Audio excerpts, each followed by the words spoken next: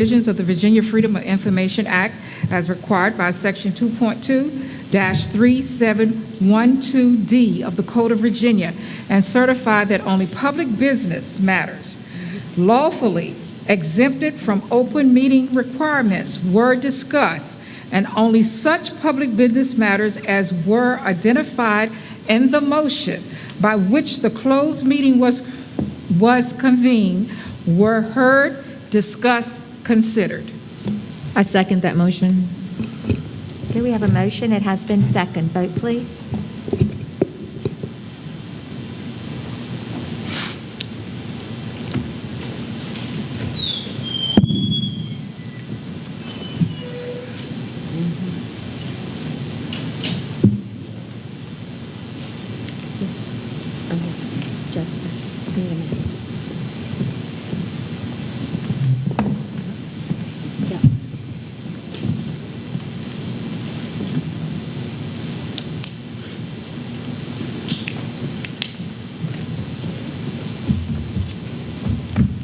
Is the vote button up? Do you guys see it? No. Come up.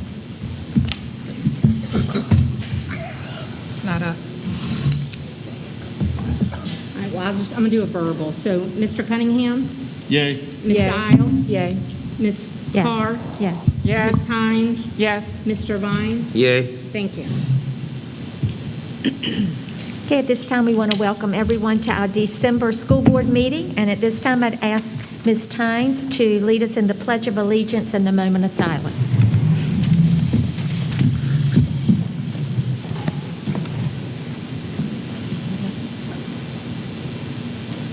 I pledge allegiance to the flag of the United States of America and to the republic for which it stands, one nation, under God, indivisible, with liberty and justice for all.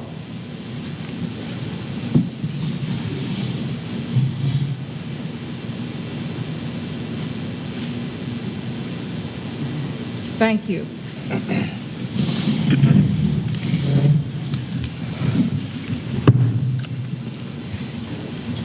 Okay, at this time, we are on the Isle of Wight Achievers.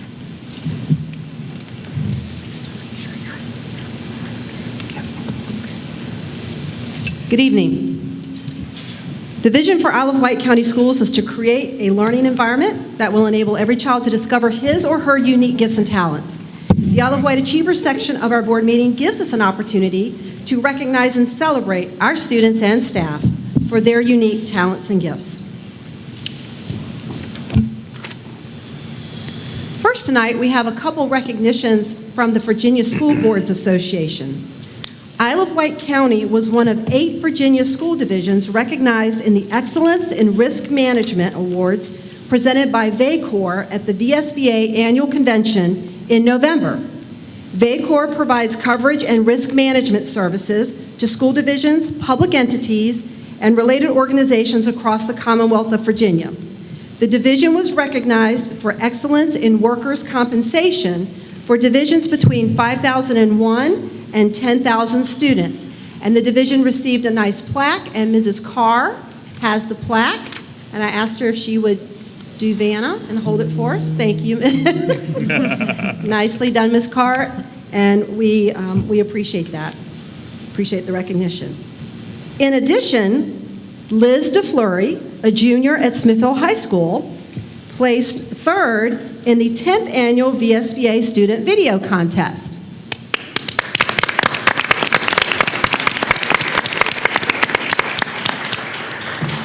The contest challenged high school students across Virginia to create a 30-second video around the theme of Virginia Public Schools Stronger Than Ever.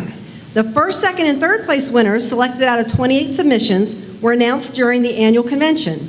The contest gives students an opportunity to create thought-provoking videos individually, in a small group, or as a class project. The videos were reviewed by a panel of judges from within the video production field. Videos were evaluated on how well they address the topic, the quality of the production of the video, as well as the depth of thought and creativity of the video. Liz's submission is available on the Isle of Wight County Schools YouTube channel, but we're going to play it for you tonight. And it's a 60-second video, so it's a lot. It was a very tight time constraint that they were given. Class, everyone, you want to unmute yourself or you can stay here in the chat. What does the phrase strong...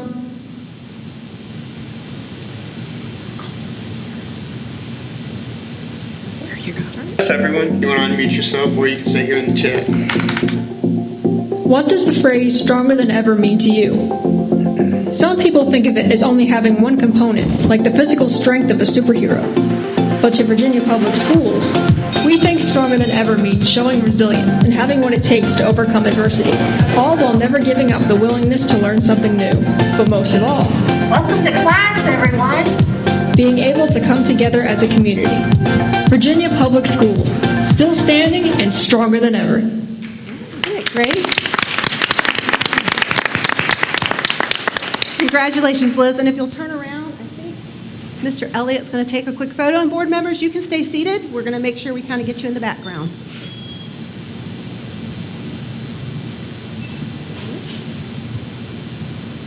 And when we do our Achievers tonight, this is the time when, if there are any family members or friends that want to take photos, this is the perfect time to do it. You can come on down and get your photo at that time.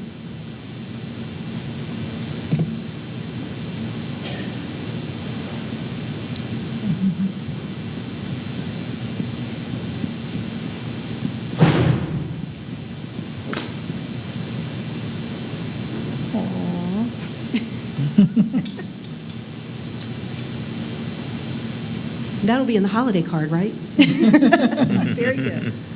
Nice picture. Okay, congratulations.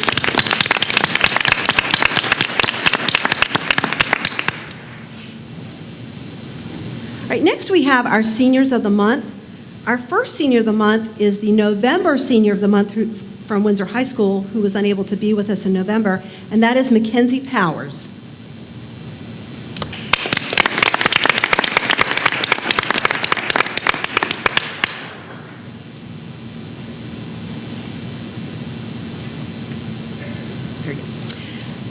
Mackenzie is diligent in her academics as well as her extracurriculars. She participated in an internship with youth over the summer and proved to be a natural leader. Her organizational skills and eye for detail make her a cut above the rest. Mackenzie was one of several students who worked tirelessly after school hours to prepare the senior hallway and float for homecoming while keeping up with her studies. She is always the first to step up and volunteer to facilitate group work. She has the innate ability to get others to open up and share ideas and opinions within a group while making them feel heard. Quote, Mackenzie is an extremely hardworking and dedicated student. She always goes above and beyond what is asked of her. In her internship at the Tidewater Regional Governor's School, Mackenzie stepped up where she was needed without hesitation or complaint. She's never afraid to ask questions when she needs to and always willing to lend a helping hand. Mackenzie has a bright future ahead of her, and I can't wait to see where life takes her. And that's from history teacher Macy Sauber. Mackenzie plans on attending the University of Virginia to earn a degree in science, followed by medical school. And we want to congratulate Mackenzie. You can turn around now.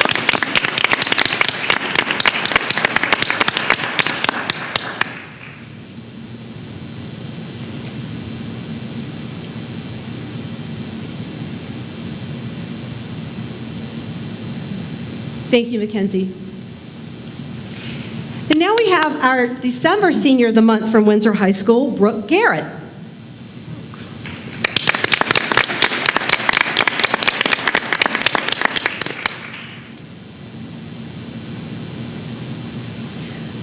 Brooke is a truly exceptional asset to Windsor High. In the classroom, she is always seeking to help students and her teachers. Her work ethic is beyond that of her peers. She is an incredible person and treats others with the utmost professionalism. Brooke is an outstanding leader. She's easygoing and gets along well with her fellow classmates. Outside of the classroom, Brooke spends her time volunteering for various community and events and organizations. For homecoming week, Brooke coordinated the efforts for a marketing float. She took it upon herself to arrange everything with the class, then coordinated the decoration of a truck and trailer and had it ready for the parade. She also helped the senior class by spending countless hours decorating the 400 hallway, and she sold merchandise at the football game that night. Quote, those that are lucky enough to know Brooke know she doesn't wear her heart on her sleeve, but when it comes to the love she has for her community, her big heart cannot be hidden.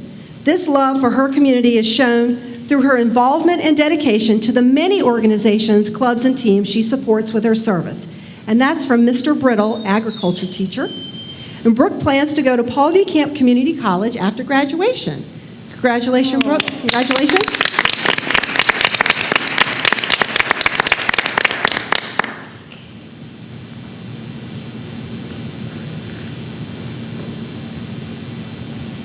Thank you, Brooke. And our Senior of the Month for December from Smithfield High School is Carter Hendrick.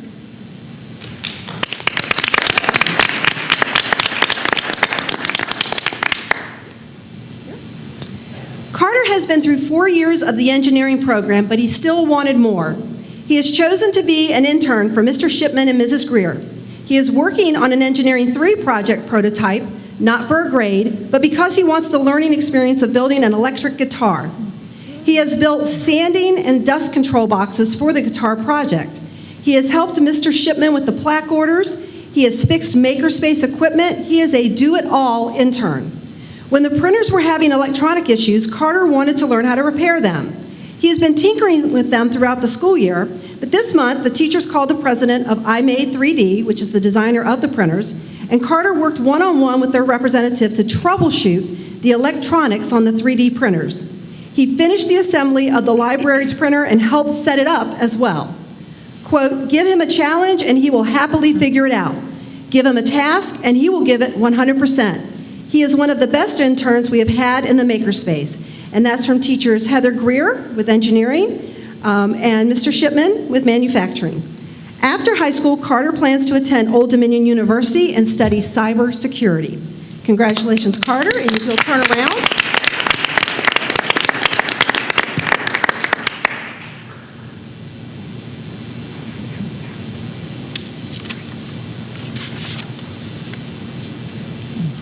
Thank you, Carter.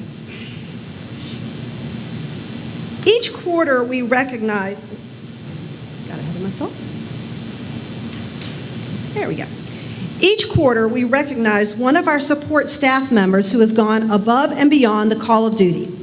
Anyone throughout the division is invited to submit nominations. A panel reviews the nominees and selects the quarterly winners.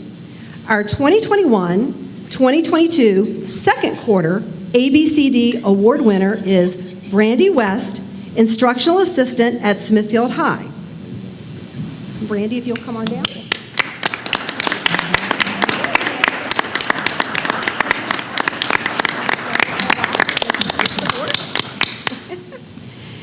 The nomination for Brandy stated the following.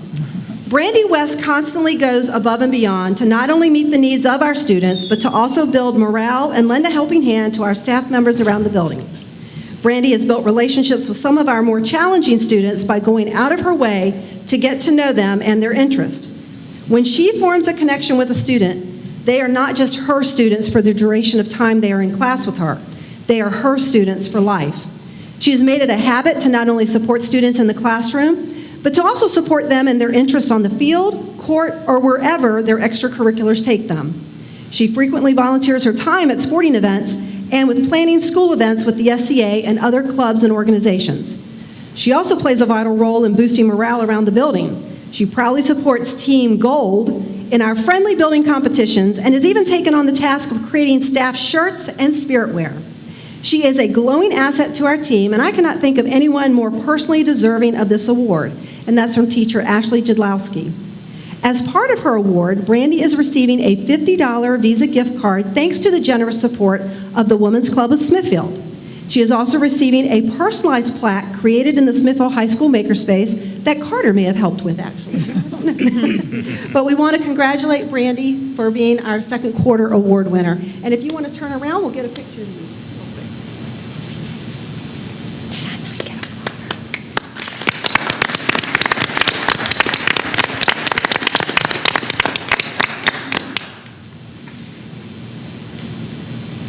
Thank you. Okay, we have one more part with Achievers. At this time, we want to recognize a special group of individuals who have dedicated numerous years of service to Isle of Wight County Schools. First, we want to recognize Ms. Julia Perkins, who unfortunately cannot be here tonight. But Ms. Perkins was elected to the school board in November of 2011. She retired in 2008 as lead teacher at Windsor High School, where she was previously a science teacher, bus driver, coach, and athletic director. And we have a nice plaque to present to Ms. Perkins. We would also like to recognize Mr. Alvin Wilson. He was unable to be with us tonight, but we have some of his family members. At this time, would Sister Helen Taylor and son Alvin Wilson join me down here at the front, please? And as they're coming down, I just want to note that Mr. Wilson was appointed to serve on the school board in January of 2015 and elected to complete the unexpired term in November of 2015. He served in education in Virginia and North Carolina for over 40 years. And we'd like to also recognize Ms. Carr. Ms. Carr, do you mind coming down on the floor? It would be nice. It's a little bit of a hike, but, and if y'all will just stand here and face the audience, I'll bring the plaque right to you. Ms. Carr was appointed to the school board in 2017. She spent 28 of her 33 years in education in Wight County Schools, serving as a classroom teacher, lead teacher, parent liaison, assistant principal of Carrollton Elementary, principal at Carsville Elementary, and retired in 2014 as director of elementary education. At this time, I'm going to present each one with a plaque.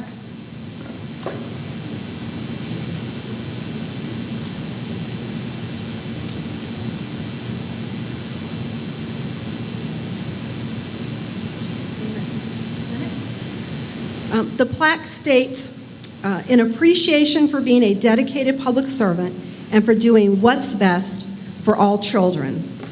I'd like to close by saying there is a quote that says, "Service to others is the rent you pay for your room here on earth." Mrs. Carr and Mr. Wilson and Mrs. Perkins, your rent is paid in full to Wight County Schools. We thank you and wish you much happiness in the years to come.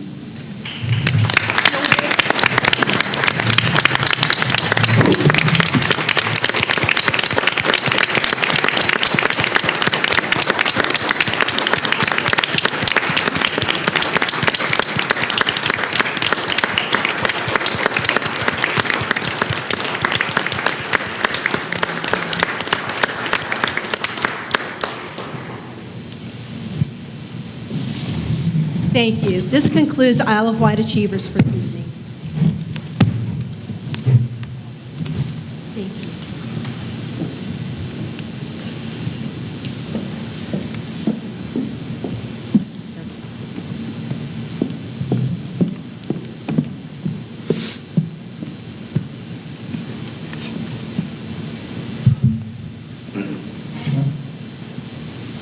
Okay, next on our agenda is Eye on Instruction from GTMS.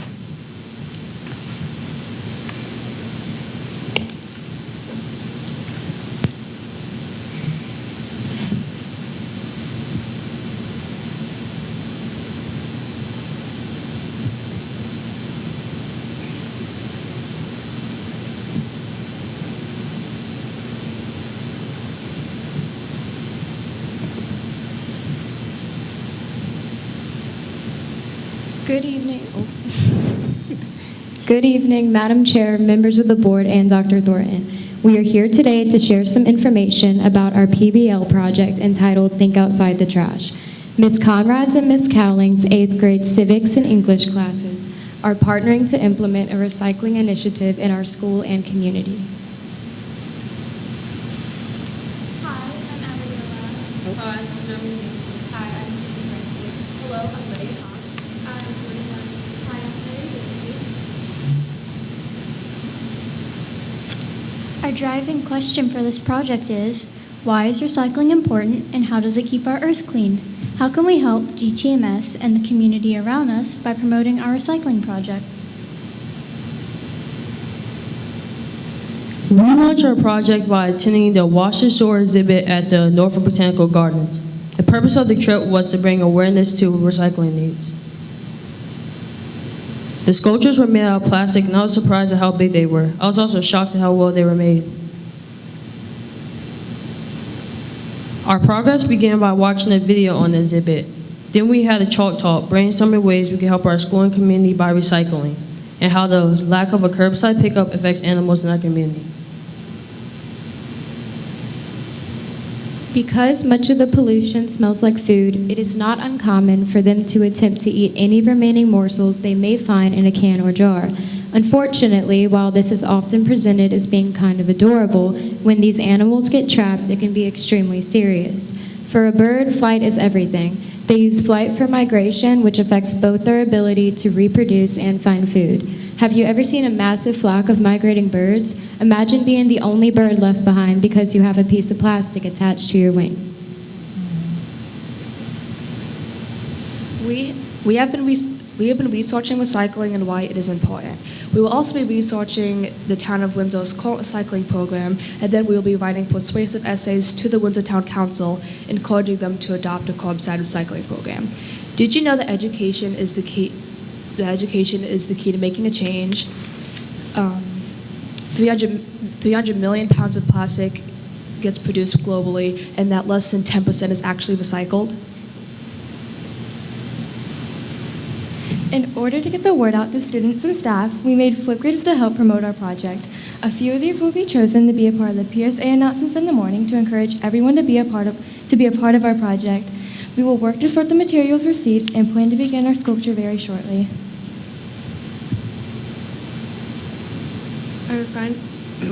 Our final vision of this project is to have a sculpture to remind science and community members the importance of recycling. It will be placed in a glass cabinet in the hall so students will see it every day on their way to lunch. We are still working on this project and plan to have it completed by the end of the first semester expo. We've learned how to write persuasive letters to our local government and why recycling is so important to our school and community. We want to thank you for allowing us to share our project here with you tonight and hope to see you at our expo. Are there any questions? Was this project more hands-on or more paper pencil? Oh, you haven't started. This is the plan of action to happen. Okay, well, good. Okay. Good luck. Thank you. Thank you very much. Nice job. Thank you. Good planning.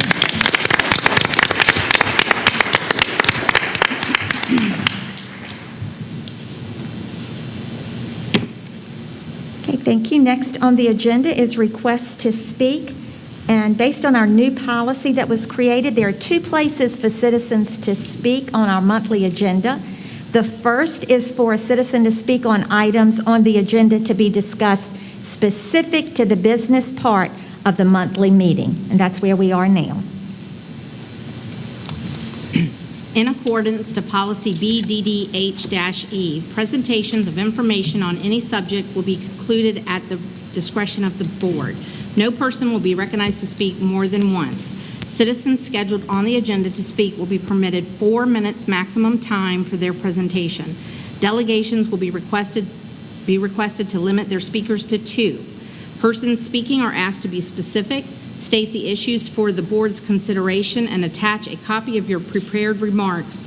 If you have any prepared remarks, they should be given to the board clerk. Please do not approach the board members. The school board requests that speakers refrain from referring to specific individuals and that any matter related to a specific student or individual be discussed in a closed meeting. First, we have Herb DeGraw.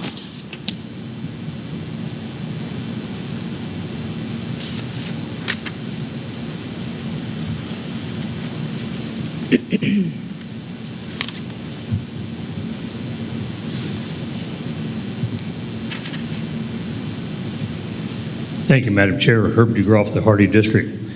Financial summary of 30 November 2021. Several questions. Under revenue, fees, and other revenue, it's listed as $220,272 in parentheses. Does that mean a loss at this time of the year? If this is a loss, please have it explained as to why. Under expenditure, lists funds available as $63,128,442. Is there any other money that IWCS has received this year from other sources? If yes, what were they and what were the amounts from each? Next, cafeteria funds, a month behind at the 31st of October in reporting financials. Why the loss of $288,870 since students have only been in school for 2 months? Please explain.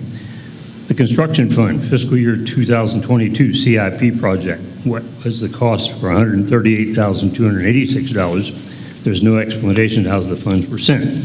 You wish an explanation. Facility usage report. IWCS has collected 56% of the budget forecast for revenue in the first 5 months of the fiscal year at a monthly rate of revenue of $22,012, and with 7 months left to collect by 30 June, IWCS looks to collect over $290,000 from the building rentals.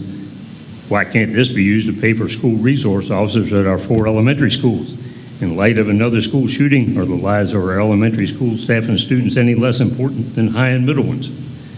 Next, the check register report needs to identify with more specifics how taxpayer funds are spent. And the examples needing explanation are as follows. Why did IWCS pay $85 to former Executive Director of Finance Trollinger? What purchase services did she provide? Second, throughout the report there are people named which I don't know and bet other citizens don't either, as well as you board members. Entries are by name or company, amount paid, and a generic description of being either purchase services or instructional material. There needs to be more specifics provided to explain what those purchase services were and or what did the instructional materials provide for students and teachers. Please provide more information on 1, William Bryant Jr., $1,150 for his purchase services. Number 2, William Howard Calais, $2,723 for instructional materials. 3, Deborah Glaser, $707 for staff development. 4, Riverside Assessment LLC, $15,582 for instructional materials. Darden's Country Store, $707 for instructional materials. They get some ham? 2, there was $126 spent for a field trip there. Why? We have our own farm. 6, David Corey Hitt, $1,200 for instructional materials. Thousands have been spent on travel, training, staff development, and membership dues without any mention of the name of the individual. Why? Please name the individuals receiving these funds. Lastly, please have a key put at the bottom of the monthly check register. Explain what each number in the column is marked. Fund, location, and activity represent.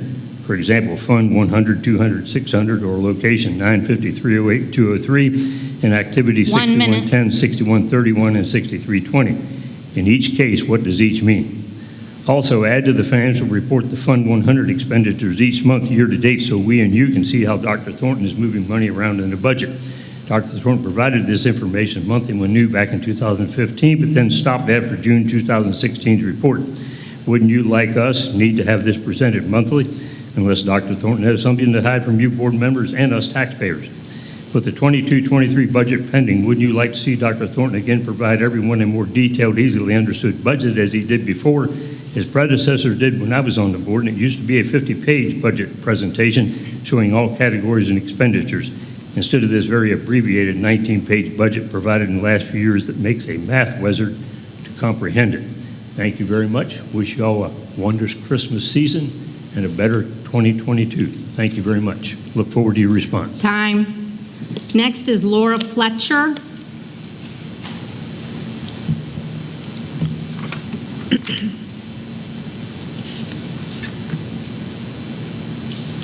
Good evening. Good evening, ladies and gentlemen of the board and Dr. Thornton. My name is Laura Fletcher. I'm a resident of Isle of Wight County, and I'm here to speak with you tonight under the agenda item, Family Engagement. Our process of electing individuals to public office is our greatest privilege as American citizens. It's the process by which we obtain ownership of our government and its decisions. Thank you. The election process Our process of electing individuals to public office is our greatest privilege as American citizens. It's the process by which we obtain ownership of our government and its decisions. The election process, and in this instance, the election of our school board members, is at its core family engagement. In light of this, I'd like to read Statute 22.1 to 29.1 of the Code of Virginia. At least 7 days prior to the appointment of any school board member pursuant to the provisions of this chapter or any municipal charter, the appointing authority shall hold one or more public hearings to receive the views of citizens within the school division. The appointing authority shall cause public notice to be given at least 10 days prior to any hearing by publication in a newspaper having a general circulation within the school division. No nominee or applicant whose name has not been considered at a public hearing shall be appointed as a school board member. We currently have 3 appointed members serving out this session, and there was no public hearing. If you want family engagement, if you're serious about it, then families must be included in the decision-making process. I'm appalled we have unelected officials sitting on this board making weighting decisions and voting on ways to spend million-dollar grants. In fact, I will even charge this board is invalid, and whatever votes have been cast by appointees are also invalid. The public has had no say in this process. There was no hearing, therefore no public buy-in, and certainly no family engagement. I would like an explanation from this board as to why they failed to hold a public hearing and ignored this statute. Please remember whom you serve, the families and residents of Isle of Wight County. Thank you.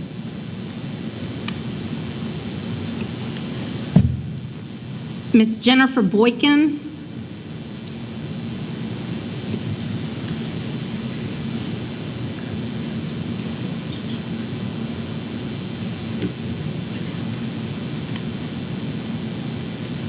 Good evening. I want to address some concerns I have about your second read tonight, GBMA.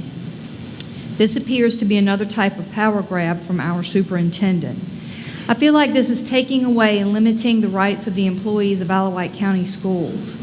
In the first paragraph, the employee's ability to file a written request for a hearing is reduced from 10 working days down to 5 calendar days. In the second paragraph, the right to an independent hearing officer is eliminated, thus giving our superintendent or his appointed designee all the power. Also, the phrase timely written request is used, but without a reference of what is considered timely.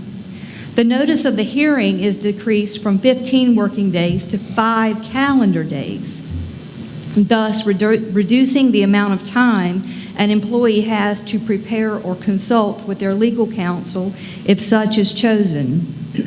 And why is the option for an independent school board appointed hearing officer eliminated? This amendment does not align with Virginia State Code 22.1-311. In the third paragraph, the right of the employee to have a lay advocate is eliminated, and full discretion over the hearing is given to the superintendent or their appointed designee. I noticed at the bottom where revised and adopted are listed, this is not being adopted under VSBA code, but under the direction of Isle of Wight County Schools. I want to know exactly who has initiated this change and why. This is not a rhetorical question, but one I'd like an answer to, because this policy change does not seem very equitable. I also want to address the family engagement presentation. I believe Mrs. Getz is going to come before you later and tell you that one reason family engagement is declining is because staff makes parents uncomfortable or shows lack of cultural awareness. So now it's the overworked teacher's fault. What data was used to make such a statement?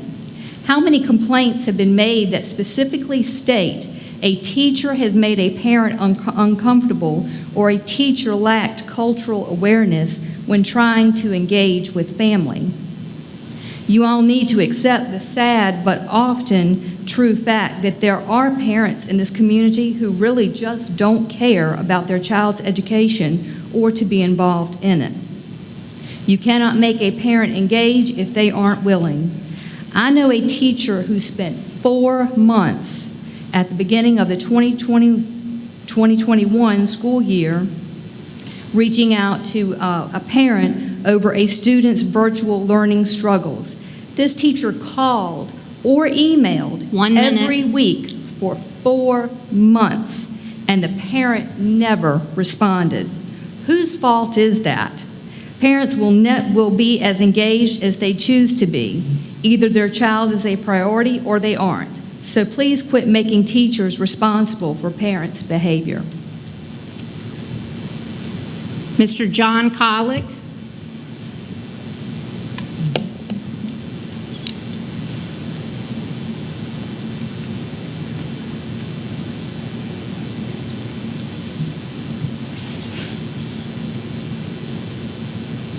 Good evening, everybody.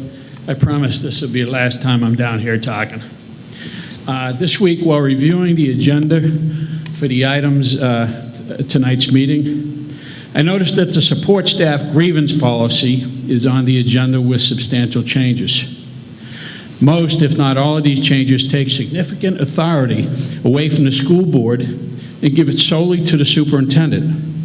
It will also limit the employee's ability to officially question anything that could lead to a demotion or dismissal. A particular concern is that the employee will not be able to appear before the school board, as the new policy specifically states. Upon timely appeal, the school board shall decide the appeal on the record and render its decision within 30 days of the appeal. On the record, as you know, means that the board will only be able to review documents, not ask questions of those involved. When we're talking about someone's jobs, we're talking about their lives.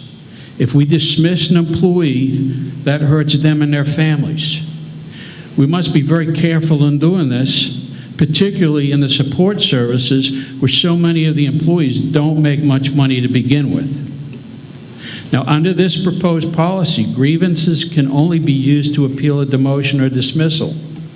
Now, because negative performance reviews can, and they should, result in demotions or dismissals, an employee should be able to submit a grievance when he or she believes they've received an undeserved negative performance review.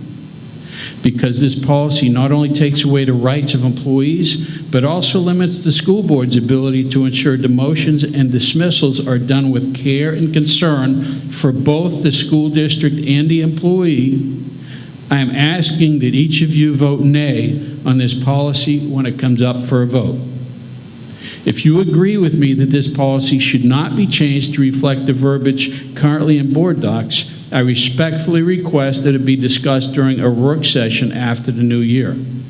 I think that between all of us, we can produce a much better policy than was posted on board docs, ensuring that it will be difficult to fire a good employee while retaining the ability to dismiss employees who cannot or will not do their jobs properly. Folks, thank you very much for your consideration, and have a Merry Christmas and Happy New Year. God bless you. Ms. Williams?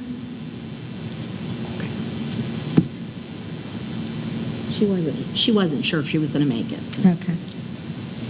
So that's all. I'm sorry. Okay. All right, next on the agenda is board member committee reports and information. Mr. Cunningham, do you have anything to share? I attended a training during the week on yesterday and today. It was financial training with VSBA, and excellent training. So if there's any questions on finances that I can help other board members with, I'll be the one you can come and see, because I don't think anybody else attended that training. I've attended it before. Okay. And it is a good training. Thank you. That's all I have. Other than, also, Mr. Vines, I believe we were both invited to a CTE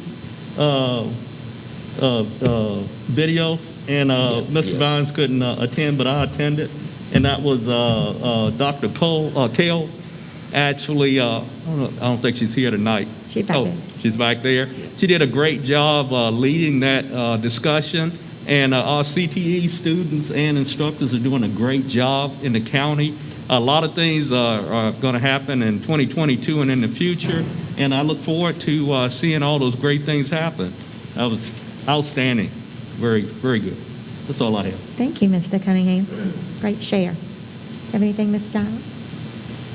Oh, it's done. Okay. Have anything? Oh, yes, Madam Chair. I had an opportunity to attend the WHRO HeroTech meeting. I did it during Zoom. They give you the option of going in person to Norfolk or you can do the Zoom. And this normally take place, and the meeting normally lasts about anywhere from 30 minutes to 45 minutes. This month, we had a representative there that talked about the new administration that's coming up, state of Virginia, after the election. And they pretty much talked about a lot of things where we as educators, public educators, need to be aware there is a possibility that some things, a lot of things could be changing that we're familiar with and used to. And the biggest concern is to make sure those things stay in place where the students can have access to public learning, as well as the things that WHRO offer us, and that we do not lose the funding in that area. And that's all I had for this month as far as, because the SPED did not meet, they will not meet until next first of the year. Okay. Mr. Bones, you have anything to share? Nothing, just visit one of our schools, Windsor Elementary School, and I was impressed when I saw what our teachers are doing at Windsor Elementary School, and I will continue to visit the rest of the schools in the Windsor Borough. If you have any questions, feel free to reach out to me, and I'll do the best I can in this issue. Okay, thank you. All right, next on the agenda is financial presentations. Madam Chair, Mr. Kepnes is at the Board of Supervisors meeting this evening. So on the financial page, you'll see he has highlighted the budget expended or encumbered year to date at 42.8%, and that's excluding the grant projects. And the budget expended or encumbered year to date for the same period last year at 41.6%. So we're pretty much on track. A little higher than last year, but that is because we're back full time. Right. So. Okay. Are there any questions?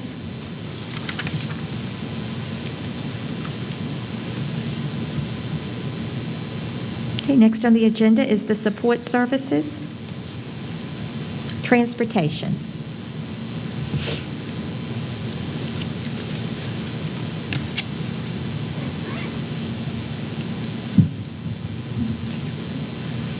Good evening, Madam Chair, board members, Dr. Thornton. In front of you, you have the transportation report for last month.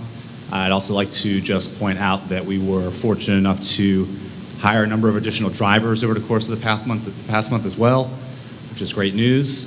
We still have some more hiring to do, and we're hoping to get some more drivers in the door, but it's been an encouraging trend that we've seen develop, and hopefully we'll keep that momentum rolling. Happy to answer any questions that you all might have.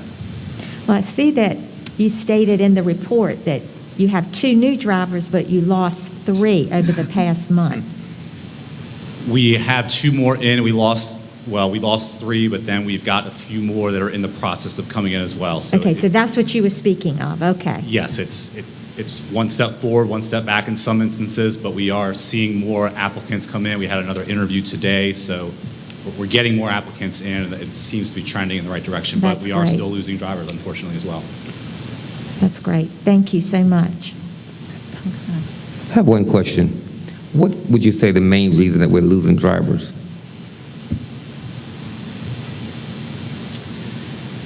You know, I don't know if I could identify one specific issue that has been a trend with the drivers that we've been seeing. It's really been a variety of reasons since my time here in the transportation department. It's been reasons as wide as different jobs, although we've seen those drivers actually come back to us. We've seen drivers leave for other opportunities from leaving the area. So I don't know that it's been one specific reason that I can say. What would be the top 2, you think? Well, I mean, I think that you're always going to look for the money that we're trying to get the drivers is something that I know Dr. Thornton and the board have been working hard to compensate the drivers the way that we know that they deserve. But I think that's always going to be in any hourly position. That's going to be something that we're constantly competing with other industries. So I'm sure, money's usually at the top of most people's list. I have one question. Have you finished?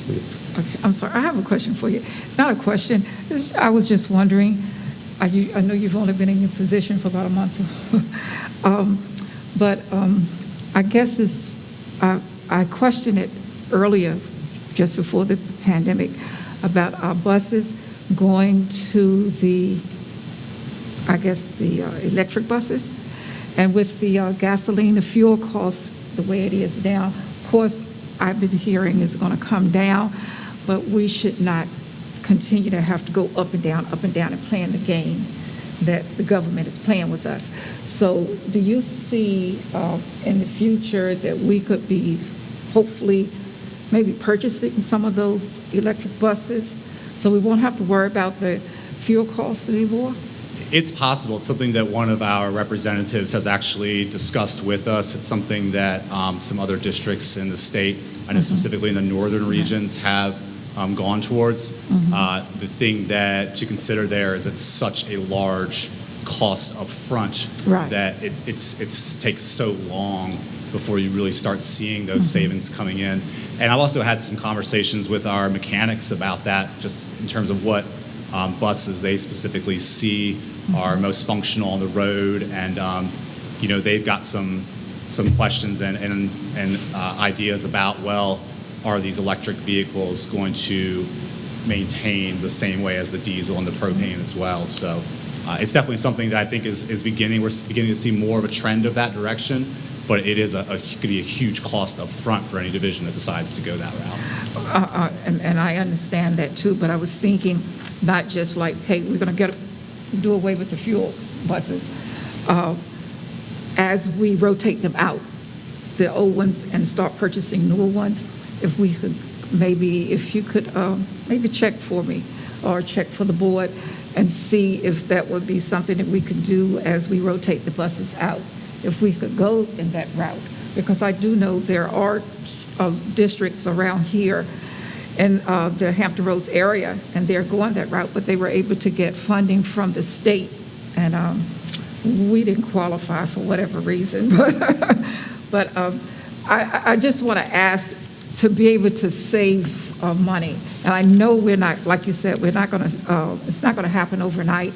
It takes time, but eventually we can see our way of saving money by, going that route. Yes, ma'am. It's something that we've had some conversations with our rep with already, and we'll definitely continue to have those conversations and pass that information on to you all. Okay, thank you very much. Yes, ma'am. Thank you, everyone. Thank you. Thank you. Okay, next, Facilities and Operations Monthly Update.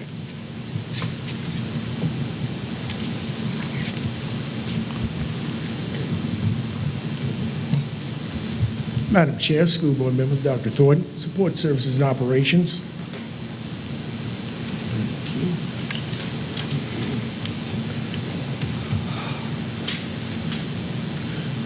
First, I want to go over the pre-bid meeting at Carsville Arnie. If you remember, back in March, there was an accident at Carsville Elementary School, and since then we've been working with the insurance company, working with the architects, actually putting together a feasible plan for the students and putting the awning back on Carsville. At this time, we're at the pre-bid meeting last week, and we're going to be moving for next Wednesday. All prices from vendors will be due, and the day after Thursday, we will be choosing a vendor and moving forward ASAP. The biggest thing we're trying to do is make sure we get that awning back on as soon as possible. Any questions concerning the awning at Carsville? No. All right. Next, last month I talked to you a little bit about the VDOT issues that were going on at Turner and at Newtown Haven. Now, I had an opportunity to talk to Mr. Tommy Catlett, the VDOT resident engineer, and Mr. Chris Leeds, the VDOT traffic signal timing and the network communications technician. And these are some of the ideas that we came up with, and at the same time, some of the things that we found. We found out that Turner Drive at the end of last school year was already changed to 60 seconds of time between the cycles of 240 and 305, the dismissal time. Also, for Turner Drive, with the main focus was on the bus traffic. So if we actually extended that anymore, the traffic would actually back up in the other areas, causing other issues. So we're at our max limit on Turner Drive, how we actually have that timing. Next, we talked a little bit about the Newtown Haven across from our Carrollton Elementary School. Now, one thing that was mentioned was we did have some leeway on that, so we're actually going to do a little bit more investigation on that, but moving a sign towards that to help out the Carrollton traffic and maybe free it up a little bit, ease the traffic that's coming into that area. So at this time, that's the progress that has been made on the traffic signs and traffic signals that's in the division. If any more questions come up about that, I'll be happy to research it with the two individuals from VDOT. Any questions concerning the VDOT? Last is the Land Lab new propane tank. Now, at the Land Lab, we had a new actual greenhouse actually installed, and this greenhouse was really focused on the farm to school program. Now, this program was going to actually produce food and actually bring it into the cafeterias in the actual school division. So with that, Mr. Daniel Junkins and the teacher there were actually working towards getting more heat to the actual greenhouse. So throughout the winter season, we can actually grow more vegetables for the schools. So right now we're growing broccoli, cabbage, carrots, but we're looking at growing more pepper seeds, squash, getting ready for the actual growing season in January. So that's what's going on at the Land Lab. That concludes the Sports Services Facility reports at this time. Are there any questions? Any questions? Thank you. All right, thank you for your time. I have one question though, Mr. Coleman, I'm sorry. Any updates yet on the Hardy Elementary as far as the construction starting? Yes, ma'am. There was a lot of action going on today, right at, it was the archaeological dig. Okay. So they had the Historical Society and different other societies out at the actual Hardy site, and they began the actual archaeological dig. This will go on for 3 days. It started today, and it will go on for 2 more days. Okay. And after the findings from that, it will be all reported back. So that has actually started at this time. Okay. Yes, ma'am. All right. And if we find anything great, you'll be the first to know. Okay, thank you. Thank you. So, Madam Chair, Ms. Tynes, we start meeting on a regular basis with the architects and the construction company on site next week. Next week, okay. And Mr. Coleman will be out there a lot. That will be his priority moving forward. And he'll be doing a report every month. Okay. And there'll also be some reports from the actual architect and the construction company throughout the process. So you'll hear a lot. And absolutely. Also David with communications is going to be out there taking some pictures. And so to kind of see the whole process happen. I was pretty much familiar with the process because of the Georgia Tyler project, but I knew they said they were going to start sometime in December. I'm just anxious, that's all. I just want to see something coming, okay? It's been a long time. Absolutely. Thank you. Yes, ma'am. Okay, next on the agenda is the strategic plan update under the report from the superintendent.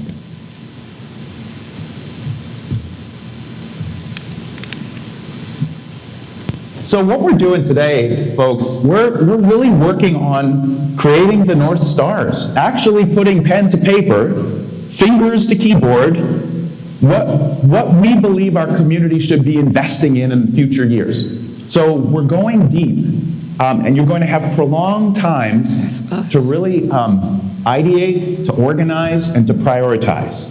And then you're going to have to do the hardest part of your job, which is going to be to say, okay, we're working toward 5-year goals, not projects, not things that we want to accomplish because they're our passion, but what's in the best interests of our community when we really think with wisdom and with reflection, what do we need to advocate for that is going to advance our community best?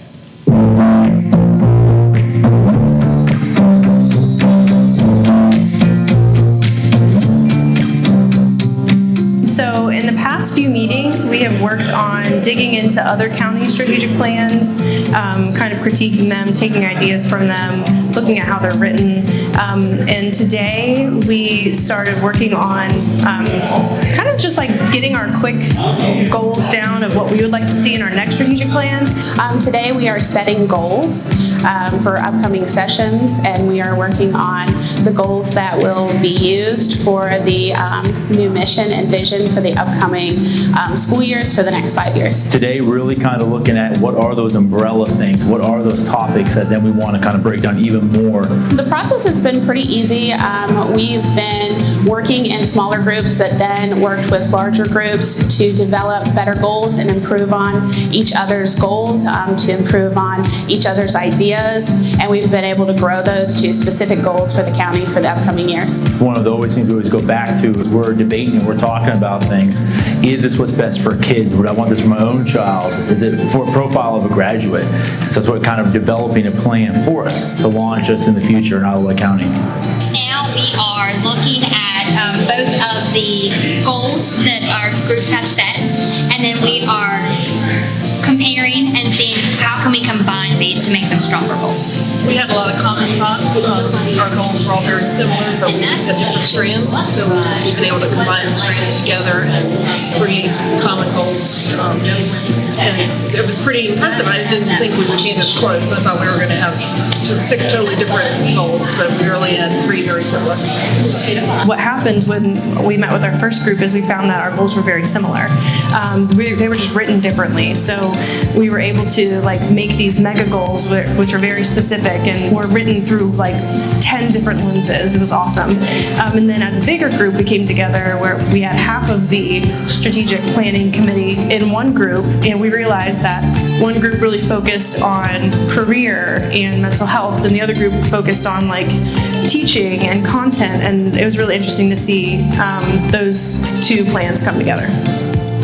Some of the things that we're focusing on right now are teacher retention, setting up programs that will help support teachers, setting up teacher training programs, being able to work with other school systems within Virginia Department of Education. We looked at instruction. How can we get better instruction? What do we need to do for the kids? We even looked about how can we obtain, retain, and keep qualified teachers here in Iowa County Schools. And then we even looked at just about the buildings. How can we keep revamping the buildings to make them be spaces for children to learn and be 2021 and 21st century for them. More CTE programs for students and student mental health. So we all kind of had different ideas of what is worthwhile to put in our strategic plan. So we were given the directive to, be realistic on our plans, but also dream big. We want to be able to dream big, to be able to shoot for the moon for things and be best for kids. But we also have to kind of think about what can we do now, what's actually attainable today. We might have a dream big goal that might be 5-10 years down the line, but we want to kind of have a variety of them. We talked a little bit about making a goal worthwhile. If it's worthwhile, then it becomes resilient because it will stand the test of time. But it goes back to being valued by the community. So I think it's important for us to remember as we sit here, when we focused on that person that we were doing this all for, that we're doing this for the community. We're designing a strategic plan not for us, and that as educators or people who have this experience and going through this training with Amos, that we have a different view, but at the end of the day, it's about what the community values and reflecting on that when we pick the goals, because then it will be worthwhile and resilient. The goal language has to be equal parts precise and open enough for the district to navigate the complexities of the real world over a long period of time. But don't try to do what you think you're supposed to do. Do what your table prioritizes as important. Struggle. Wrestle. Be intrepid. So your goals pertain to what you think Isle of Wight County of Schools should prioritize in its next strategic plan. Yeah, so no more Buddy the Elf. Now it's all about Isle of Wight County Schools. So, Madam Chair and board members, the next steering committee meeting is Tuesday, December 14th. And at the last meeting, the steering committee narrowed it down to around 10 North Stars, or those big priorities. And what's important to realize, the next steps is once it's narrowed down to maybe 5 North Stars or priorities, is to form work groups. So the steering committee's function was not to solve and how to accomplish those North Stars or goals, but what are those things that are most important? And then the work groups will get together and talk about strategies and research. And once that is accomplished, we'll be bringing all of that information back to some community meetings for input, and then that will be brought back to the steering committee. So there's still a lot of work as we go through this before it comes to the board for final approval. But you said the next meeting is Tuesday? Tuesday. Okay, I thought you said Wednesday, I'm sorry. Yes. Tuesday. Okay. And I know Ms. Tynes and Mr. Cunningham are on the steering committee. Yeah. Okay, thank you. Next on the agenda is the Family Engagement Plan.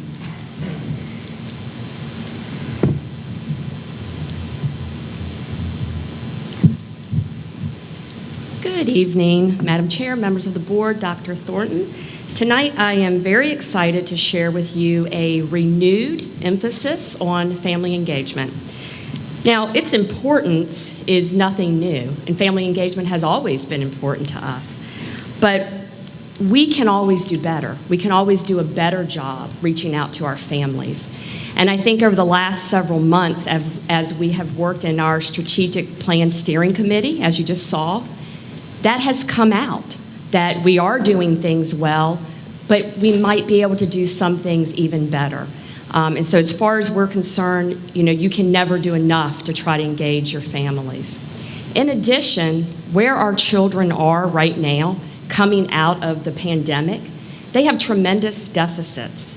And in order to help, decrease those deficits, we need parents as our partners more than ever.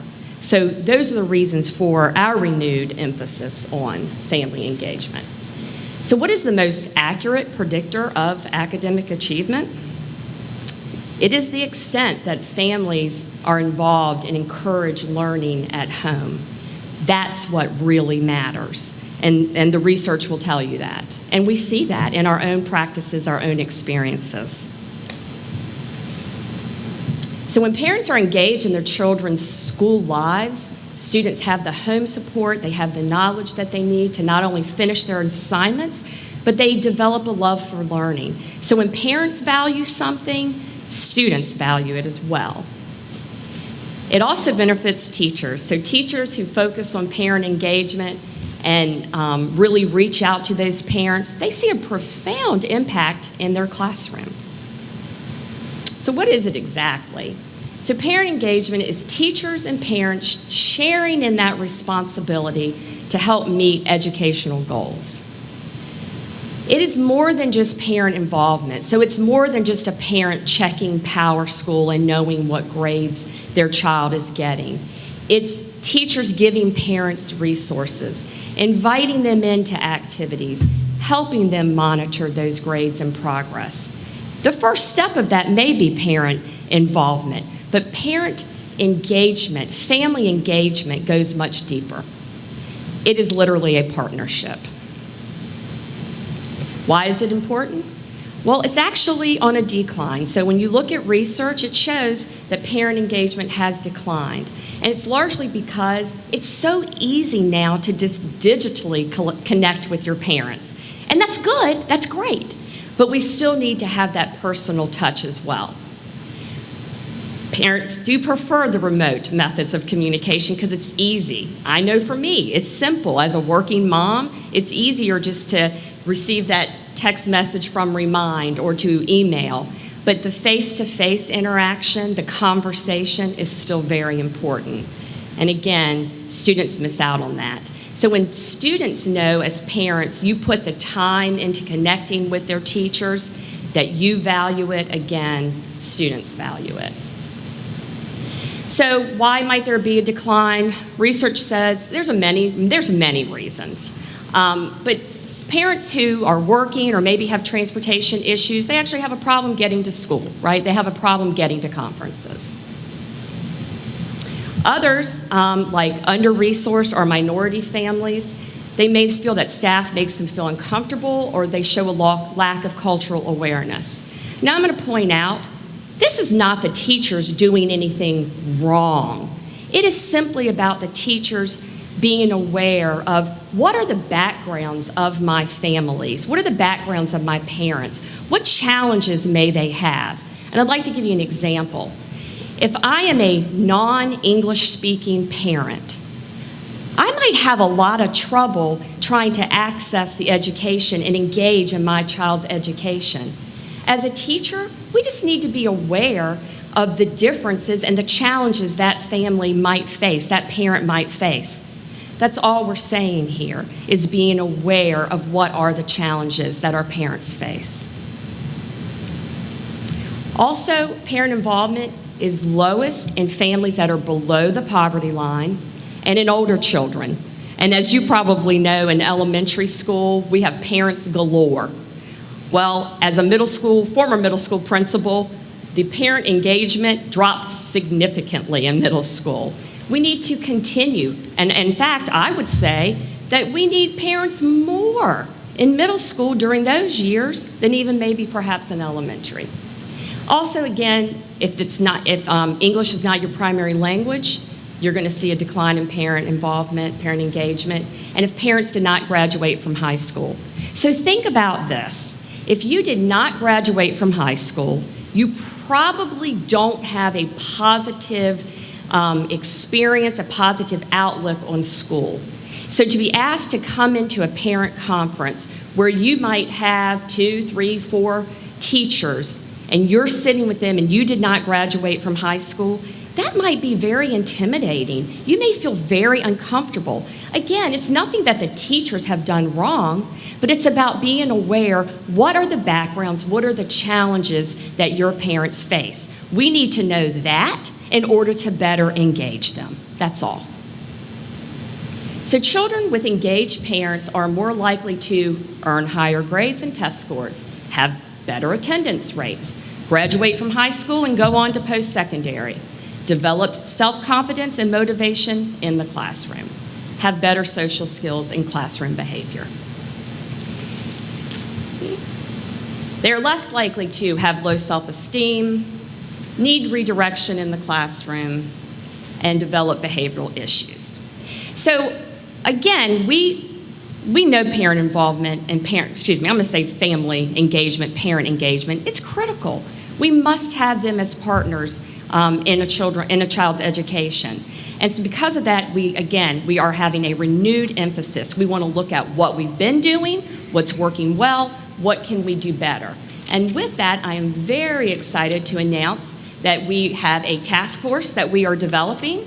We have co-chairs in Ms. Tawana Ford, who's back there, and Ms. Kiana Cox-Jones. They are going to put together a team. And let me tell you, these two ladies are very passionate about this topic. So I am very excited to see what they're going to bring. They're not going to do it on their own. They're going to put together a team. We're going to involve at least a staff member from every building. That might be a teacher, a counselor, an administrator. So there'll be a staff member from every building. We will also be involving parents and community members because we want to put together a plan, a solid plan of what we believe in and what we believe we need to do to involve our parents and engage them to have them become partners in education. Questions? I have comment. Let's think back to elementary school when our children are learning. Getting that strong foundation. And we know back in the day when we had textbooks and they had math homework, they could take the math book home and there was a section that always told step by step what to do. And then they would practice exercises. And now we don't have those textbooks. And I am hearing parents say in the community, I want to help, but I don't know how to help because all we have now is the digital part of learning. And that has caused frustration for parents that want to help.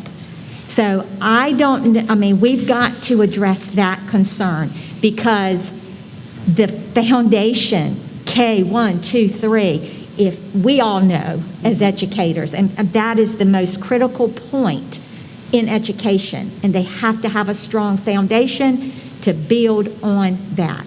So that's something that I'm hoping that we can definitely address ASAP. The other thing that I'm hoping will be addressed is the transition from elementary to middle with our parents, and especially from middle to high, because these middle school students who don't have older brothers and sisters, they don't know about honors classes and all the things that go on in our high schools. So I would like to see an auditorium at Georgia D. Tyler Middle School full of parents with their children with a presentation given on what's to come. So when they do meet with the guidance counselors, the students understand and the parents understand. Because I talked to some middle school students this year, and they were like, I have my schedule, but I didn't know what an honors class was, and it wasn't. So I just think there's some things that we need to work on. I think we're doing a fine job, but as you said, we can always get better. And I think if we listen to some of our students and parents on this, they will help us fulfill the needs that are out there.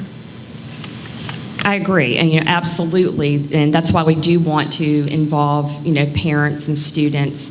And I think currently, different schools do different things, and so that's the other thing we want to look at is what's working in those schools, and is it something that we want every school to do? But I think your points are well made. Thank you. So, Madam Chair, those are some good examples to dig deep into, and we don't want to discard students because it's difficult to contact their parents. And we don't want to make assumptions about our families in the community. We want to dig deep. That's why we have a task force to understand the difficulties that are out there in our community and understand the resources that are in our community. And like Ms. Getz said, we have resources in different parts of the community. And what are the volunteer groups? And how can we connect our families to those? How do we reach out to them? Maybe they can't come in the evening for those things, but are there ways? So to really look and dig deep, how can we connect the resources to our parents? And your example was great with the training. When we had the pandemic, we did that Canvas training, and we did it through Zoom a lot, and some parents came into the schools and did it. And we really needed that because our parents and our kids were really struggling how to use Canvas, and they got pretty good at it. But you're right, there's so many softwares that we use. Those trainings need to occur for parents who want to use that software with their children at home, especially our kids now who are behind. We have the one-to-one tools, and we've purchased all those. But if those tools go home and they sit there, we're not gaining. And so how do we connect them, and how do we get our kids where maybe parents can have a babysitter, maybe they don't have grandma at home. So is there churches, is there resources where they can go and then someone help them with this work? So it's a huge amount of work and research, and once we find that, it's probably going to take a huge effort with our community and our schools and our parents to make this work. But it did keep coming up over and over again throughout our strategic planning, and I think it is a vital thing that we will work on. Thank you. Thank you. Okay, next on the agenda is school level support. Madam Chair, that's me. So we have been, as you know, even before the school year started, identifying what are the additional resources we need, whether it's CARES money or regardless of how we get those resources there, what do we need to fix these gaps in remediation? And one of the examples is we put IAs in first and second grade in the morning in, I think, first grade, in the afternoon in second grade, and thought this would be great so our teachers can really have smaller groups, and that has blown up. And the reason it's blown up is we have no substitute teachers. We're having trouble finding any substitute teachers. We haven't been able to fill all teaching positions. And that is a theme that's happened throughout the Hampton Roads area. And so now they're being pulled to go sub, so now we need to find these resources in the community so we can make up and make these gains. So that's one example. Since school has started and we're finding out these difficulties, we speak with the Teacher Advisory Committee, and they share their concerns. Myself and my team, Mr. Lombardo and others, we've gone into the schools. I've talked to school secretaries. I've just sat by and watched an office that I used to walk in, and there were some people traveling in and now they're like packed at different times of the day, and they were never like that. And so talking to them about their concerns, when do we need additional help? And we've added a secretary, I believe, at Carrollton, at Smithfield High School at the front door. I recently approved to look for a secretary at Hardy, and I forgot the other schools, yeah. But going out there and talking to the people and also Zooming with them and just communicating through principals. And we've come to the board before for stipends and stuff. So I want to talk about, we are still looking at some possible stipends. And as I talk to my colleagues around the Hampton Roads area, one of the things about giving the stipends is, yes, you're going to lose planning time, so we need to pay you for that. But also, everyone is doing more than what they used to do. And they're taking more and more home, and retention can be a problem. I think we asked about the bus drivers. Why are bus drivers leaving? Their buses are more full than ever before.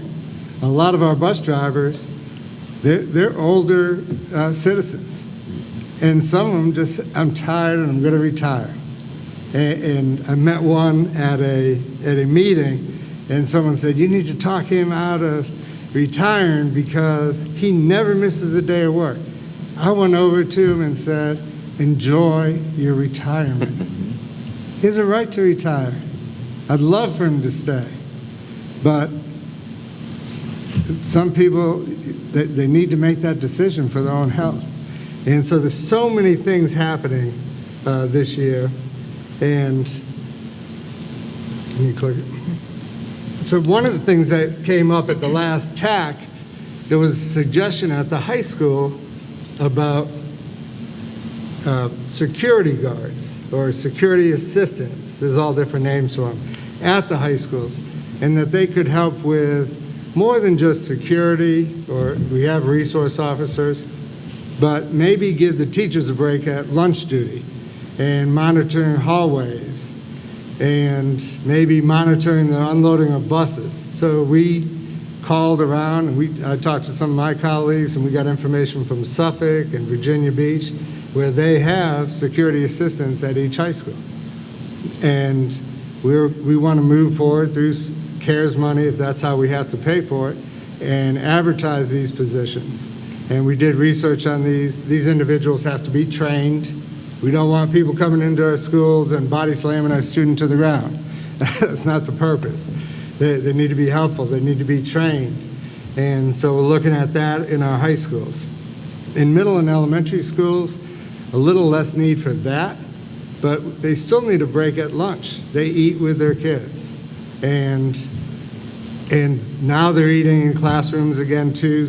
And so even if we can have some lunch aides there for a couple hours and give a teacher a break 1 or 2 days a week and rotate them through. And there's no guarantee we can find someone to come in. But, you know, we have heard some people that might be interested in working just a couple hours a day. So we're trying to meet the needs, and we're going to be advertising those positions and bringing them to you, hopefully, over the next months. Are some of these ideas that you're bringing forth ideas that the staff has Yes. talked? Okay. Yes, they've communicated it. One, before we even met with, I read through all the TAC meeting questions, and before we met with the TAC to answer their questions, I didn't even tell my team. I came to Lynn Briggs and I said, I've already talked to the superintendent in Virginia Beach and Suffolk, and I've got their information on the security assistance, and we need to move forward. So we're trying to be as proactive. When we hear something, we're going to investigate it, see if it's possible in our schools. And we're not going to be able to do everything, but we're trying. So the next thing that came through was substitute pay. And Cheryl Elliott, HR, researched this, and we were behind. And they looked at the different counties and where we were. And so our recommendation is to move substitute pay from the current rates that you see to the new rates. And that will put us in a good situation as compared to the localities around us. But I want to be honest, it may not solve our substitute situation. Every county is competing for the same subs. A lot of our subs come out of Newport News. The northern end of our county, we have a little better rate of getting subs. In the southern end, it's been very difficult. I know Georgie Tyler Middle School, they are suffering, and teachers are constantly covering classes and rotating through. So it's not something that's going to be solved easily, but I think these things might help. And even if it helps some, we need to start doing it. All right, question. Let's say this does pass. How are we going to get the information out there that this has occurred? Because not everybody looks at the school board meetings. So we've got to, I mean, if this were to pass, what is the plan to get the information out there that we need more subs and the pay has increased? So we work with a substitute company, and they would get that information out to all of their employees. So as they're making decisions whether to go to Newport News for the day or come over to Isle of Wight, now they may make different decisions. Okay. Tracy, can I have a water? I don't have one. Okay, this one's not open. We also, it says we'll be advertising our own full-time long-term substitutes. So we have a company that we work with, and we haven't been really successful getting long-term subs. So we are going to advertise on our own and try to reach out and see if they can become our employees as long-term subs. So we're trying a variety of things to do that. Next is stipends. Some of the staff, and this came through TAC too, they said they forgot about us, the clerical staff. We haven't forgot about any of them, and I talked to some last week. With the CARES money, you have to have a sound reason to get reimbursed for the CARES money. You just can't willy-nilly pass out money to everyone because everyone's under pressure and everyone's under stress. I have to have a logical reason it has to get approved. And so as we have gone around, now clerical staff, they're subbing in classrooms, and which is above and beyond what they do. Some of them are staying late to get our kids on a bus or coming in early. And so we are recommending a stipend, and for you to approve tonight, and my recommendation's on the screen, to approve a stipend of $750 for all clerical and related support staff. And when I say related, maybe Ms. Elliott could speak more to that. It's everyone that hasn't received that stipend. Could you give an example? While she comes up, I have a question. So I'm guessing you're saying the money's coming out of the CARES fund. Is that correct? Yes, ma'am. But you said you can't give it out willy-nilly. So you're saying that all clerical, because what if all clerical aren't doing those things to warrant the money? So how are you going to delineate who's doing what and that particular person getting the money, or all clerical staff is getting the money? Yeah, so as we have been going through, and we know what was happening to teachers, and we knew what was happening to bus drivers when we brought those stipends to you. When we heard this, we investigated deeper, and we go to the schools and we're talking to the principals. and they're all staying longer, helping the kids get on the bus, and with the double runs, and they are working more hours. And we chose $750. The IAs received a raise to $15 an hour, which equated to an average increase of $800 for the year. But now that money stays with them. So that goes for their VRS, their salary increased, and then if we are able to give an increase for the next school year, it will increase from that point. So they actually received, it's better than a stipend. It's in their VRS. These are one-time stipends that can be paid for retention. So really, these are, when we write it in there, it's about retention. We're losing people because they are working and working and working, and they don't see the relief. So we're hoping that when we give them this, it's thank you. We understand all the extras you're doing, and we want you to stay with us, and we want you to come back next year. And so part of it is just being a retention stipend. Is there a ballpark figure of how many what's that going to cost us as far as Yes. the exact money?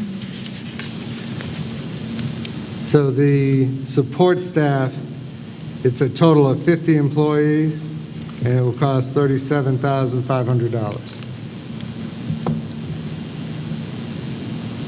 So can you give And the support staff, as Dr. Thornton mentioned, is our clerical staff in the schools, the school secretaries, but also we have bookkeepers.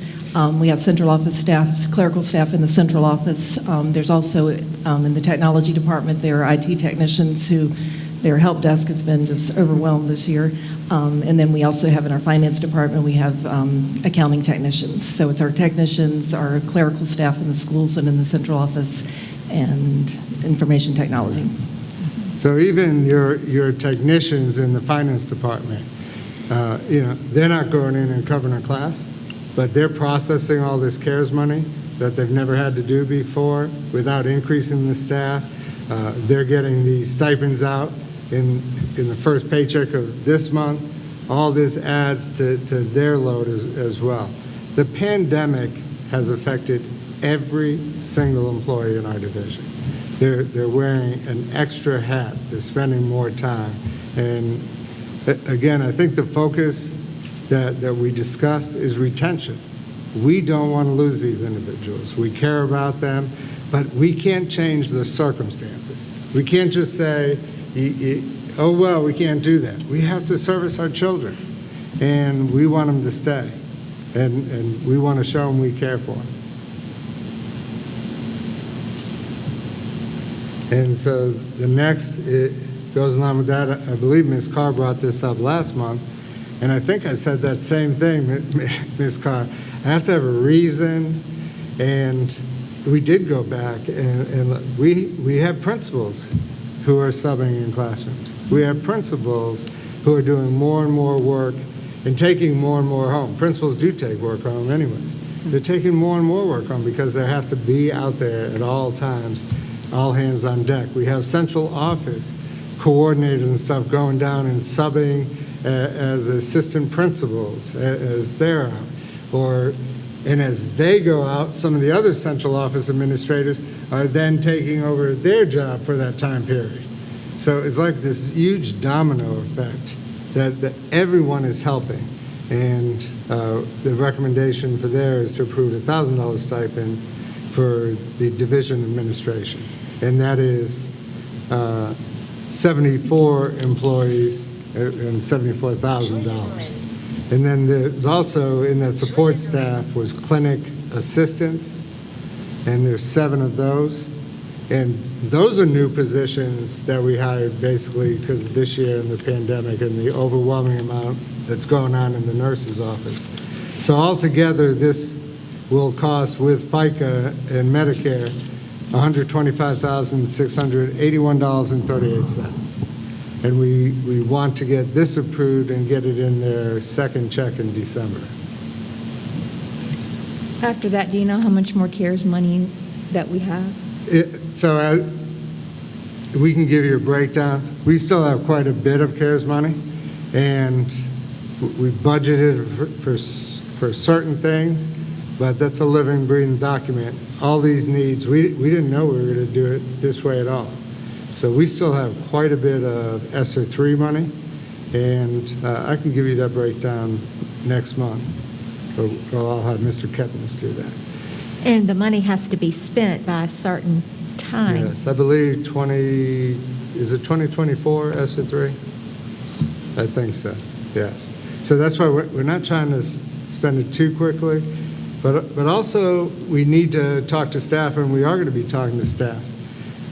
There can't be any more stipends or retention stipends as we go on this year. We have to be very critical of days off. We gave some days off. And I'll tell you that Thanksgiving, I wrestled with that we need our kids in school. They've missed so much in the last year and a half. They're still missing stuff now as these teachers are out and people are subbing and buses are late. But the response we got was overwhelming. Thank you, thank you. I think it was just like a huge relief. And actually, I'll tell you personally, it was an amazing feeling. It was like I relaxed for a few days of that whole week. And I think all of our staff really appreciated that. But as we go forward, I've talked to some staff already. We can't keep giving half days and days off. I know how hard it is for everyone, but we have to fill in the gaps with our kids. We can't keep doing this. And so I don't see me coming to the board again and asking for mental health days. We'll have to find other ways to help our employees, and we have to get through this for our children, and we have to just hold each other up and get through this. I have a question for you, Dr. Yes, Thornton. ma'am. Oh, I have a question for you. Okay. I'm sort of changed the subject a little bit, but I'm still talking about the students, and as far as them missing time, direct instruction or time in the classroom. Since the pandemic, of course, Wight County was one of those counties that was ahead of some of the others in the Hampton Roads areas as far as students with technology in hand. Going forward, we have the winter months coming, and they're predicting maybe we'll have some bad weather days where the kids may not be able to go to school. And I'm sure you and your staff are ready for that if it's happening, if it's going to happen. But do we have a special code in place for that? I know we have different codes and different levels, but do we have one just for school is out today due to snow, but it's cold so-and-so, so the students and the parents will know immediately that that means we're going to have virtual learning? Right. So we're actually discussing that. Okay. And whether we're going to do that and how we would do that. Okay. And it would just be a matter of adding a code. Right. Because we have codes for the other things, yeah. right? Right. Okay. Right. That's a very good suggestion. So with that, Madam Chair, I'm asking that we have a motion to approve the stipend for the support staff and for the administration. And I guess that would be two different motions. But I do have the recommendations that were in the PowerPoint. Well, there was the raise for the subs, too. Right, and raise for the subs, yes, ma'am. So is that three motions? Three motions. Subs, the support staff, and administrators. Right, so if we go back to subs, my recommendation was to increase the substitute teacher pay rate as follows. And it was $90 daily for 60-plus college credits, $100 for a bachelor's degree, $125 daily for a valid teaching license, a long-term sub after the 11th day, $125 daily, and a long-term sub after 11 days with a license is $136 daily. Okay. So we need three different So that would be one motion. We need one motion, okay. All right, Madam Chair, I would like to make a motion that we have this school support staff and substitute pay. And what was the other? It's got to be 3 different motions. It has to be 3? 3 different ones. That's what I just asked. So the first one is the Okay. substitute. All right, I'll do this, Okay. the support staff is just a stipend. I got it. Okay. Okay, Madam Chair, I would like to make a motion that we give the support staff a one-time stipend for their extra duties. For how much? It should be in the motion. That was $850. $750. $750. Okay, I gave them an extra $100. I'm sorry. $750. I second that motion. Okay, we have a motion, and it has been seconded. And these are all going to be verbals, because we Okay. didn't know Okay. if you were going to. So, Mr. Cunningham? Oh, yay. Ms. Dial? Yay. Ms. Carr? Yes. Ms. Tynes? Yes. And Mr. Vines? Yay. Thank you.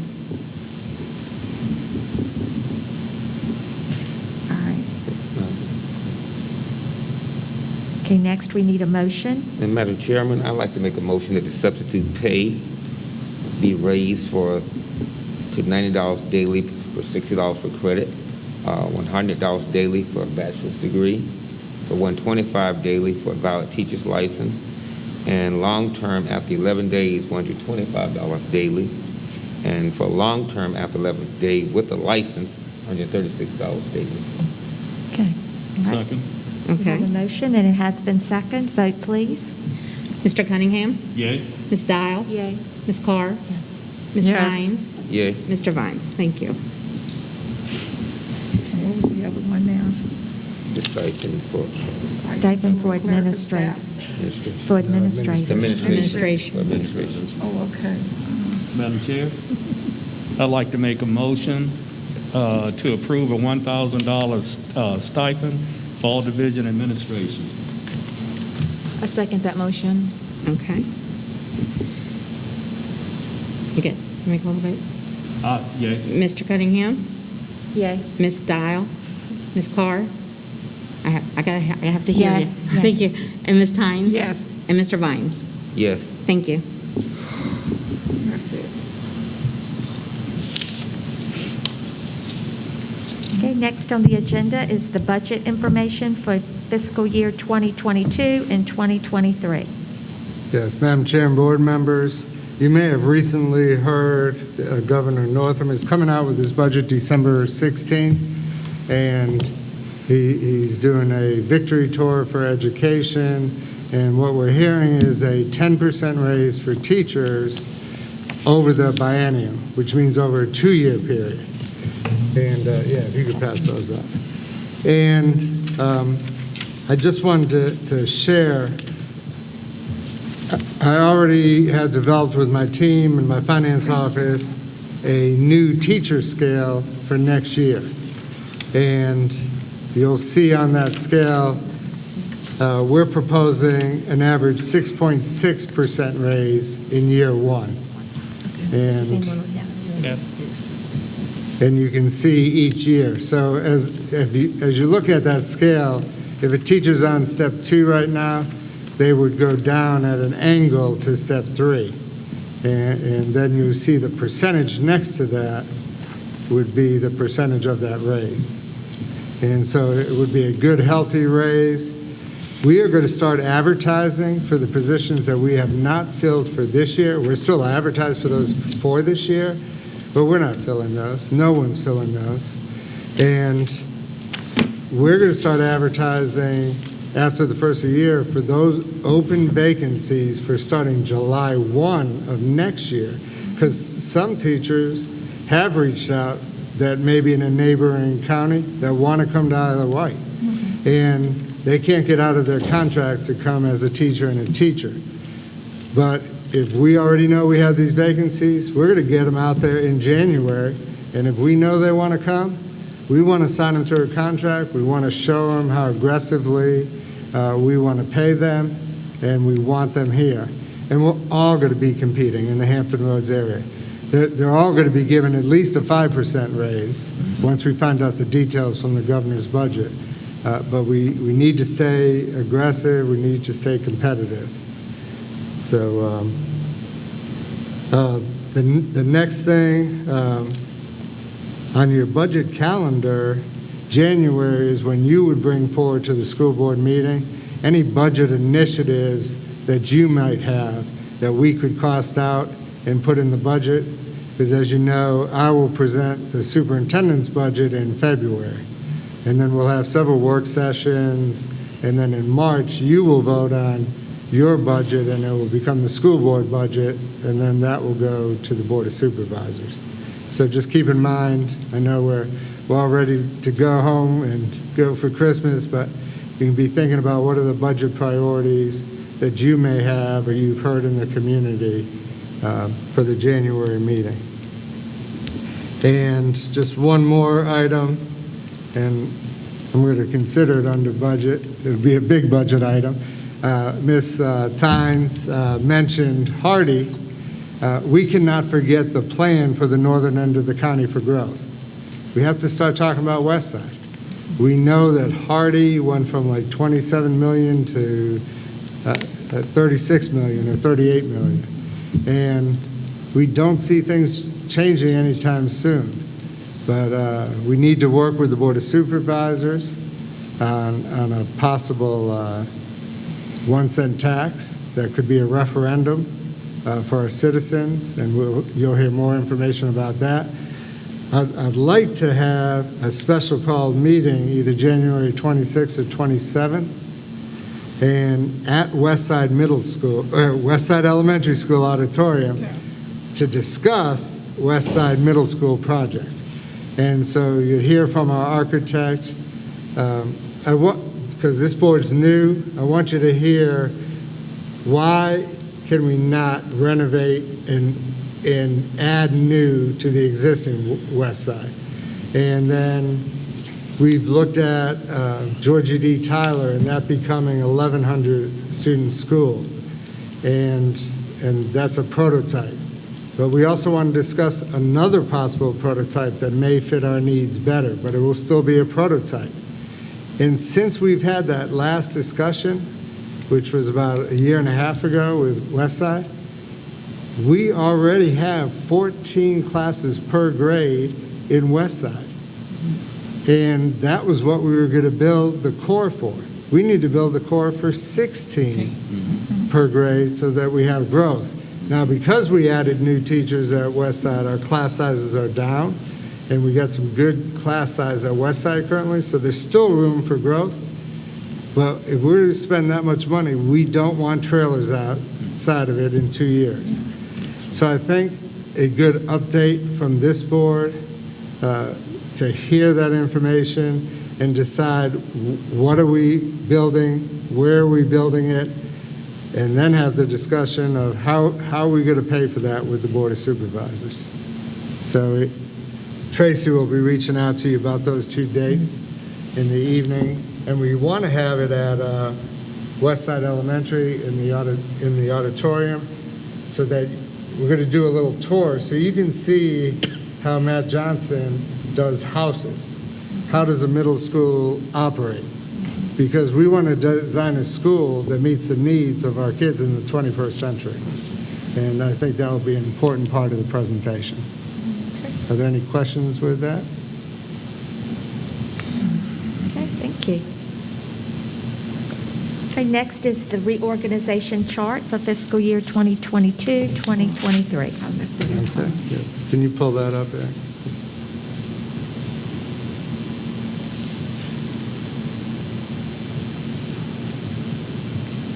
I know you guys have it in your packet. It's probably going to be hard to see out there. Yeah. Now, I'm recommending that we reorganize the central office organizational chart for 2022-23. So this would start July 1 next year. The reason I'm bringing it now is the same reason I'm talking about we're going to be advertising for teachers. We have some central office staff that is retiring and moving, and I need to be able to advertise for those positions, which are very competitive right now, and we're fighting other divisions for starting after the first of the year. And the key to this, if you look first on the left-hand side, you see Deputy Superintendent of Instruction. Right now, we currently do have an Assistant Superintendent of Instruction.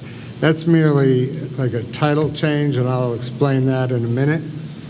But under that umbrella, what would be changing on that side is we have a lot of executive directors. I'm eliminating all executive directors. We're too small to have all these executive directors, and they become director positions. I'm eliminating the executive director of leadership, and that becomes two positions, the director of elementary and the director of secondary. Right now, Ms. Getz has 9 reports directly to her. That's 9 principals, and that's too much on any one individual. But under that, we are also eliminating the Director of Innovation. We're also eliminating the Director of Curriculum. So we are eliminating 3 positions on that side and adding back 2. So we're at a net 1 loss on that side. And if you look at that side, that pretty much has, and that side always has functioned well. Right now, Mr. Lombardo is the assistant sup, and he's responsible for the whole instructional side, and it flows through him to me. On the other side, operations, you see Assistant Superintendent of Admin, Finance, and Operations. We do not currently have that position. We have a bunch of executive directors, and there's a lot of them that report directly to me. And it's too many reports for me. I'm supposed to be working with the school board, with the community, and with the board of supervisors trying to get a new school built. And there's just never been that one report. It causes confusion when we may be working on something in operations that requires to go out to bid, and then we have the executive director of finances working on it, the executive director of support services working on it, and I'll just be honest, there's sometimes that we're meeting and then they're saying, oh, I thought you were going to do that part of the project. There needs to be one contact that all of these people flow through. There's 2 sides of a school system. There's instruction, and that's what we do, but all these other things, finance, support services, HR, IT, school food service, the finance office, transportation, health services, those are all huge things that have to happen to support our children. And someone needs to be responsible for that and oversee it and report back to me. So we basically change titles. We don't add any additional staff to central office. We rename it, we repurpose it, and I think this is a much better support system for us to communicate and get things done effectively. So I have a question, Dr. Thornton. With them going from executive director positions to just director positions, will there be any monetary loss in compensation? Will it free up funding? Because there's a difference between an executive director and a director. With us being a small school system, I can see your point how we don't need that many executive directors. So that should free up funding if they're going to go from an executive director to a director position. Right. So with the personnel that I know that is leaving and the ones that are staying, I'm recommending the ones who are staying that we grandfather them and do not have them lose their salary, and the others. But if your point is to understand how does it affect the budget, it's budget neutral. And And then as we move forward, it depends who you hire because you have your starting pay, as you know, on the pay scales. And then you also get experience for your year's experience, whether it's here or somewhere else, serving as an administrator. And so depending who you hire, it might go higher or lower, just like when we hire a teacher. Teacher may retire with 30 years and we hire someone with 10 years, there's a difference there.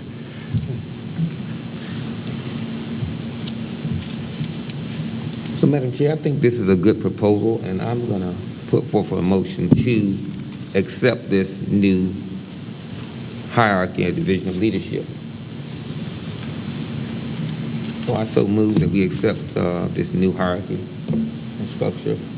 The organizational chart. The org chart that Dr. Thornton has presented to us with the noted changes. Mr. Vines, if I could just interject, also in there is the admin pay scale that's associated with that. Okay.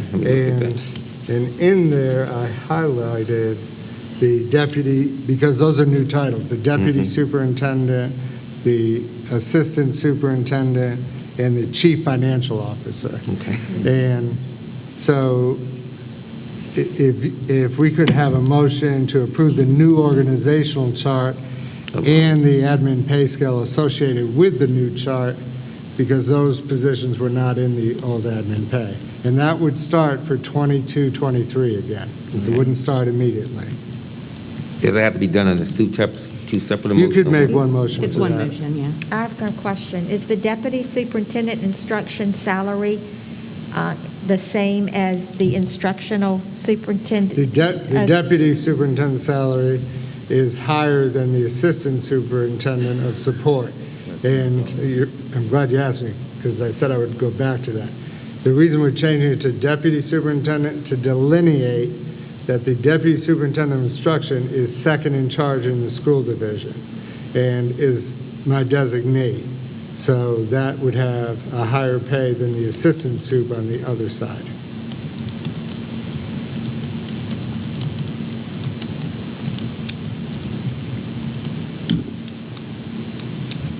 Any questions?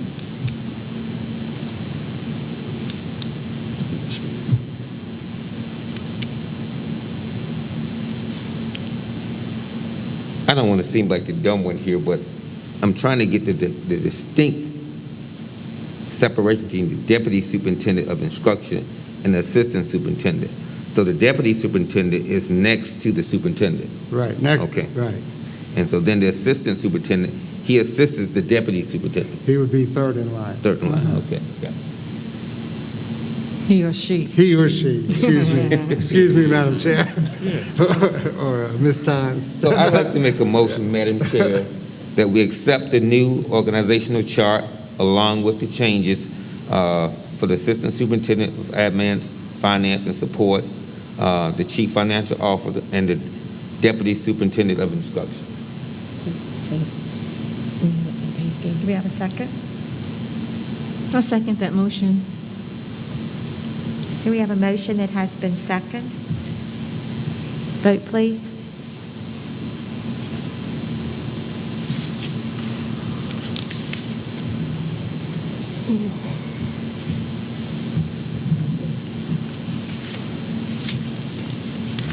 Mr. Wright, if you close that.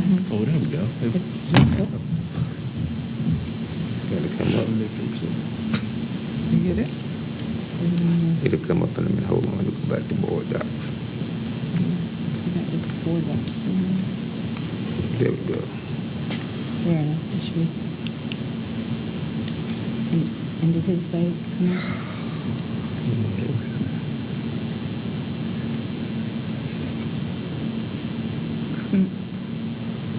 Hacking that, man.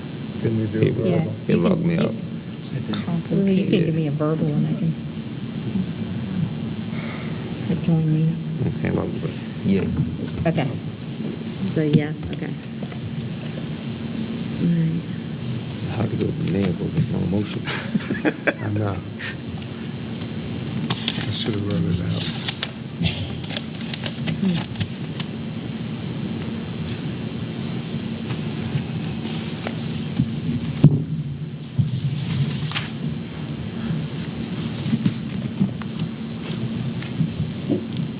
Motion carried.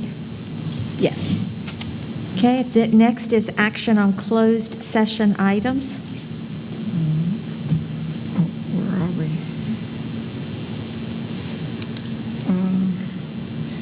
Madam Chair, I'd like to make a motion that we approve the personnel report and the addendum as it was listed under section 17.1. Okay, and if anyone would like a physical copy of the personnel report, they can ask for one prior to the vote at the meeting from the board clerk or download from board docs.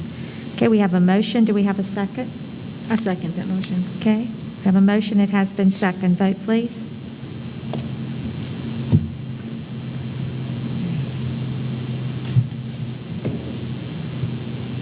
You should be. There you go.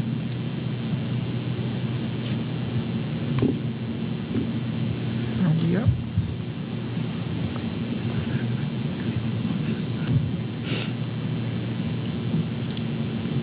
We're going to do a verbal vote.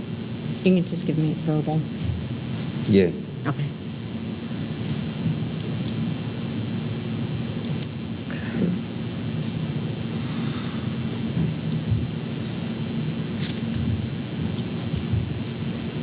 Oh, there it goes. It went. Yeah. Okay.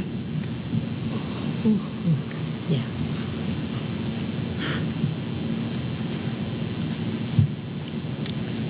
Okay. Motion carried. Next on the agenda is the adoption of the consent agenda.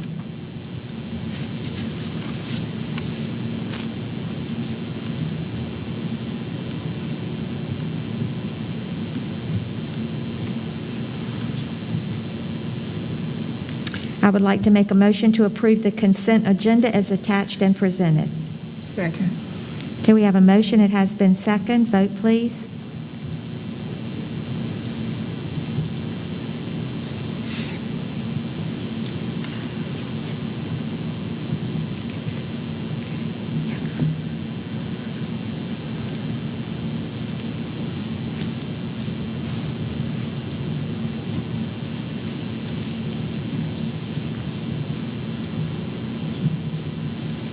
Okay, motion carried.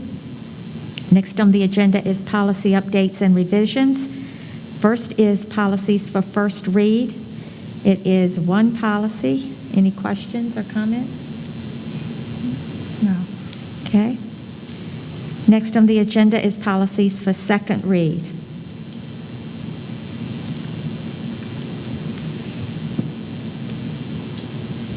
These are action items.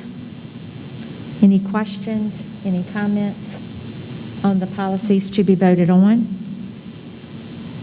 Madam Chair, I would like to make a motion to approve the policies for second read as presented. Okay, we have a motion. It has been seconded, but did you have anything you wanted to? Yeah, the support staff grievance policy, it's actually substantially similar to the VS Board Association. It's legal, and we need to keep it simple. Just based off of that, I think a lot of us kind of would agree with that. But does anybody have any other questions about, because that's been brought up by some of the public, as far as they actually can appeal to the board. They have 10 days to do so. But it does go through the superintendent before it gets to us. Does anybody have anything else? I do know that one item on that particular policy is the revised policy would be that we would not have legal counsel, so that would save the division money. It would go to the superintendent or his designee. But my concern was the fact that the employee would be able to appeal to the board if he or she did not like the verdict. They still can appeal to the board. Yes. That's correct. That is a must. Yes. And that was the concern I had, Madam Chair. And Mr. Pack clarified my concerns. Thank you. Well, Madam Chair, one thing is that you said it would get rid of legal counsel. No. The employee would still be entitled to have legal counsel. It's the external hearing officer who was replaced by the superintendent or designee. That's kind of what I meant. Yeah. I knew that, but I just want to make Well, I sure appreciate you clarifying, but that's what I meant when I said that. Okay, we do have a motion. It has been seconded. So vote, please.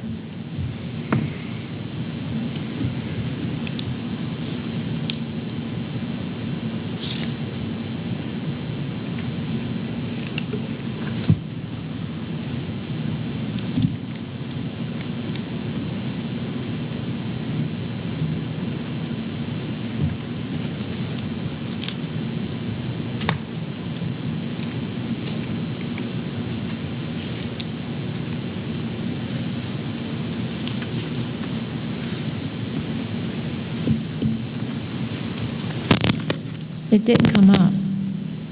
Everybody voted. Oh, well, I voted and even realize it. Okay, thank you. Okay, next on the agenda is the request to speak. This is the second request to speak on our agenda. Did we miss something? The regulations and exhibits. 19. Oh, it's stapled, so I can't see it. I'm sorry.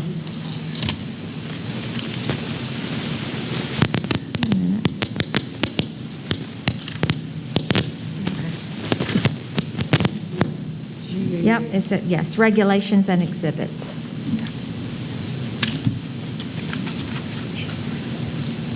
Policy updates and revisions, and this is just information. There's no vote. Are there any questions or concerns on that one? Okay. All right, now we are on the second request to speak.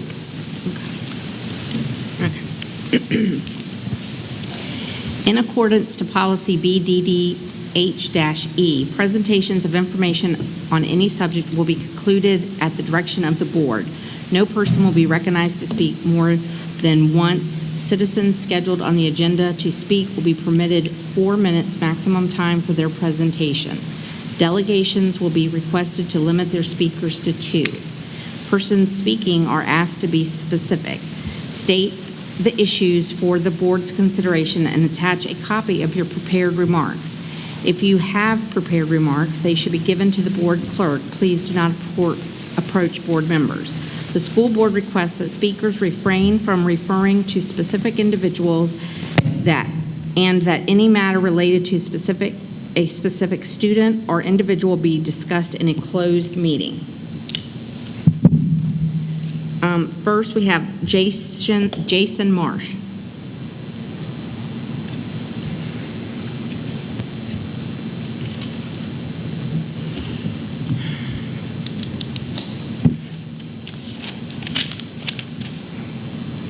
Good evening, Jason Marsh, Windsor. Every month, this board convenes and starts out with a 1-hour closed session, regardless of what's on the agenda, and you sit back there and you eat on the county's dime. Then you come out here and I'll give you this, Mr. Cunningham, Mr. Vines, and Ms. Carr, I've heard more questions tonight than I've heard since May, so thank you. But as a constituent, I want to know where you're at. I'd like to know how much is this pay raise going to cost the county? How does it affect the budget? What's the long-term effects? As a constituent and as a taxpayer, it seems like that decision was made in haste. Maybe you know more than I do. I don't know. I don't know much about the county's finances, but it seems like you're putting a lot of faith in the superintendent. I'd like to see you have some open and frank discussions, have some dialogue up here. You have the floor. Mr. Vines, as my rep, why did you just vote nay? I'd like to know. But the vote's done, so I'll never know why you stood where you did. So moving forward, I would appreciate using the floor. You've got it. You want parent engagement? You got one. I'm here every month. All right. In an email dated July of 21, Mr. Thornton responded to Chairwoman Carr's comments about his equity initiative and the growing public pushback. Now, I know that's been a while back, But I just got this email. And it appears that in July, Ms. Carr wanted to make some sort of a public statement as a board and a county about opposing CRT.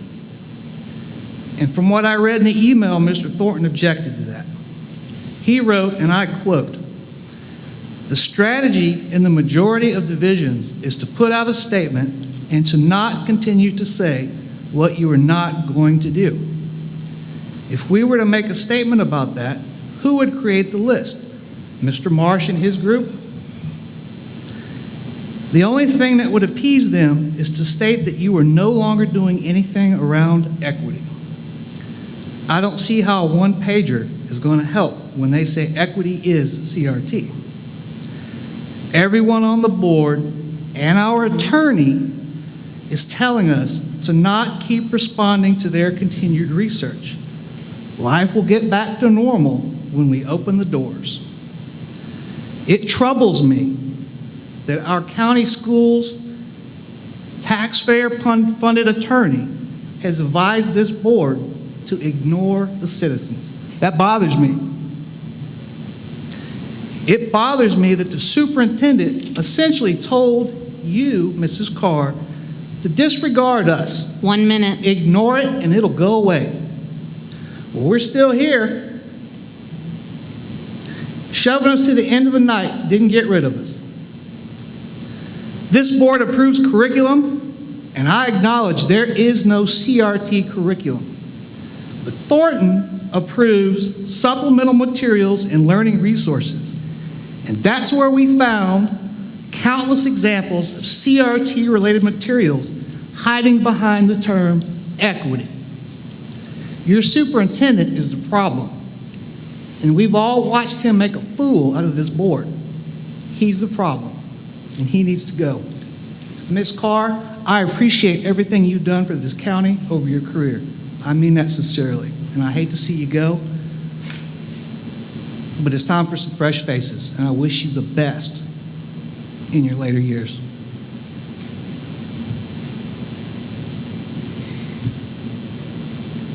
Albert Burkhart.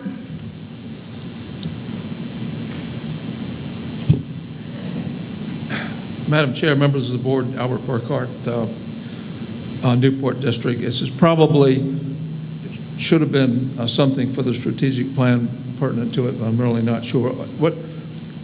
And I've said this to y'all before, I'd really like for you all to consider devoting some student time, it's probably too late for this year, but next year, to learning local history. I mean, I give plenty of tours around here. I don't need to remind you all that Wight County is one of the 8 original shires of the Virginia Company. Our specific history goes back to 1619, which is the same year that the very first House of Burgesses met. We have 12,000 years of Indian, Native American history before that. And as I like to tell people, right under our feet, we have 20 million years of little marine fossils. So, you know, our history goes back almost as far as you want to take it. What really prompted me to talk to you all tonight was I had a person come out to work on my Spectrum charter. I was in trouble with the internet. And he was from Windsor. And he's about 40 years old. And we were talking about county history. And the one thing that he remembered was that Mrs. Julia Perkins, God love her, she's not here tonight, she used to take her classes out of the school and visited historic spots. And to him, that was the highlight of, and I don't know what grade that was, I really don't, but to him, that was the highlight of the year, that he learned so much about this county because Julia Perkins took him out, the whole class, of course, you know, and showed them the historic spots of the county. I mean, let me just give you one example. I'm not sure where this falls in the curriculum, but whatever SOLs apply to the American Revolution, for example, I mean, we have a battlefield right here. Benedict Arnold was here. I mean, one half a day spent touring that battlefield, which is about a mile from here. You can cover every one of the SOLs for the American Revolution. So I just want to emphasize that to you all, that we are just not teaching local history anymore in the school because of the Commonwealth level SOL. So I just want you all to think about that. I'll probably make this speech again next year. Next year is only about less than a month away. But I really want you all to think about it. We do need to teach our students what happened here. We have a glorious and storied history of here in our county. So anyway, thank you all very much. You all have a Merry Christmas. Thank you. Thank you.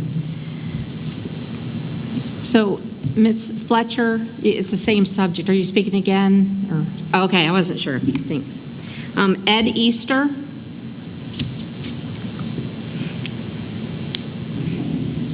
Good evening, ladies and gentlemen. Thank you for allowing me to speak, and thank you for the service to this community. Ms. Carr, I want to thank you for the wonderful service you've provided to our community for the years that you've dedicated your life to it. You've always shown respect for everyone that I've ever met and been around when you were here. I wish you a Merry Christmas, and I wish you a wonderful life from now on. I want to thank the new board members coming in. You've got an opportunity to really, really work for the kids and children in this community. That's the most important thing this community's got, is our children. And it should remain that way. I only ask of you to base your decisions on what's best for the children and what facts are available, not lies and pretenses. Just remember, it's for the children. It's not for us. We have to take care of our kids, and we should take care of them. Thanks very much. And we're wonderful Christmas. Thank you. Mr. Boykin.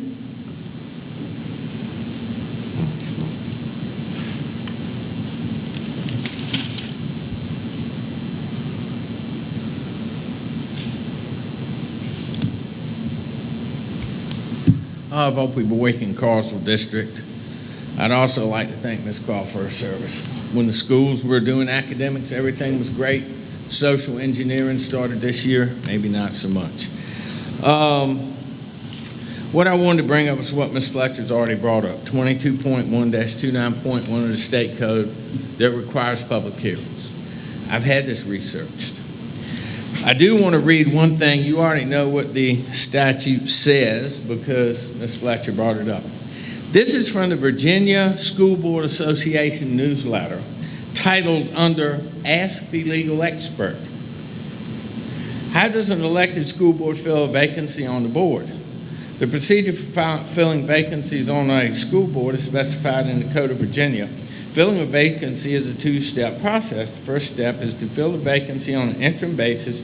The second step is for the vacancy to be filled for the remainder of the term by special election. The procedure for filling the vacancy in an interim basis is stated in Virginia Code 24.2.228. The remaining members of the board are permitted but not required to appoint someone to fill the vacancy. The person they appoint must be a qualified voter of the elected district in which the vacancy exists. The person so appointed shall serve until the seat is filled by special election. If the school board is going to make an interim appointment, it must do so within 45 days of the vacancy. The school board must hold a public hearing at least 7 days prior to making the appointment. That is from the Virginia School Board Association newsletter. There are related codes. There's nothing in them that says you can ignore this code. Now, I would like somebody to convince me within the next 30 days how you can ignore this code. If I don't get convinced, then a writ of mandamus will be filed in our Wight County Circuit Court, and a judge will be asked under the code to order you to follow the law that you are ignoring. So you've got an attorney.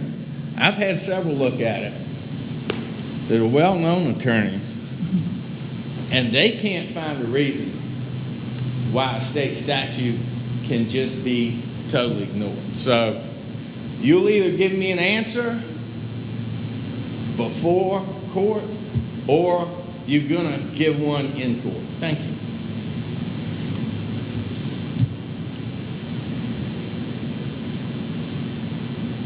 Michael Uzzle.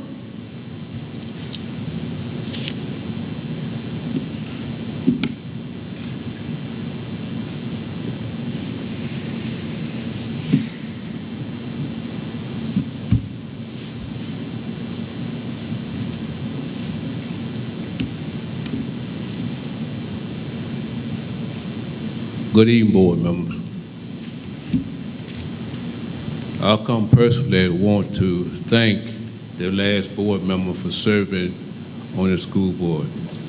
I know some of them are not here to hear this, but I want to thank them because it's not, I know it's not easy to sit up there and try to do the best that you all can. And Ms. Carr, thank you, thank you, thank you. And I'm always open for any of y'all to talk with me. And I hope that I continue to see you around and always come back to visit us in our school system. So don't just get away from the board, still be active in the community, because the input from the community help decide what's going on on the board. Thank you. Now, for the new ones that's coming on, I welcome all you to the board. And hopefully next year that I'll have a chance to sit and talk with you. But remember what you're supposed to do. Don't promise anything, but do the best you can. Because we're all going to make mistakes. We're all going to fall down. We're all for forgiveness. But be transparency. If you do, then it makes it easier on all of us. So, welcome you aboard. And I just found out tonight that I have some new SEAC members that came into the on staff, and I welcome them as well. And next year I'll be coming back and, with a list of concerns that I think we can solve the best we can. Again, Ms. Carr, the other board members, thank you all for services. And for the new board members, welcome aboard and have a nice holiday, and I thank you.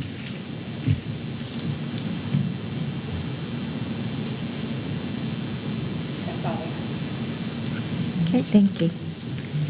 Next on the agenda is board member requests and comments. Okay, so last meeting I started kind of updating everyone on what's happening at Smithfield. Because like I said, I think it gets lost in like what's happening within the students' lives and like what we're doing like school-wise and everything. So since our last meeting and like into January, we have an expo on Wednesday, the 15th, and our chorus students just had their concert, and band student has their concert tomorrow night. So if you guys would like to attend, they'll be there. And then our winter sports started, which we actually had a women's basketball game tonight. So that's why there are all those cars out there. It wasn't just for school board meeting, I promise. And then our drama team is going to states. So that's very exciting. And I think they're competing this weekend, maybe. So hopefully they win and bring us home another state championship. That's it. You had something?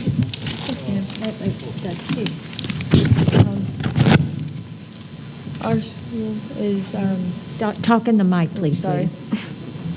Our school started like prepping for holiday fun, so we have a holiday door decorating contest for each of the classrooms for their win blocks, and then we're having Spirit Week next week.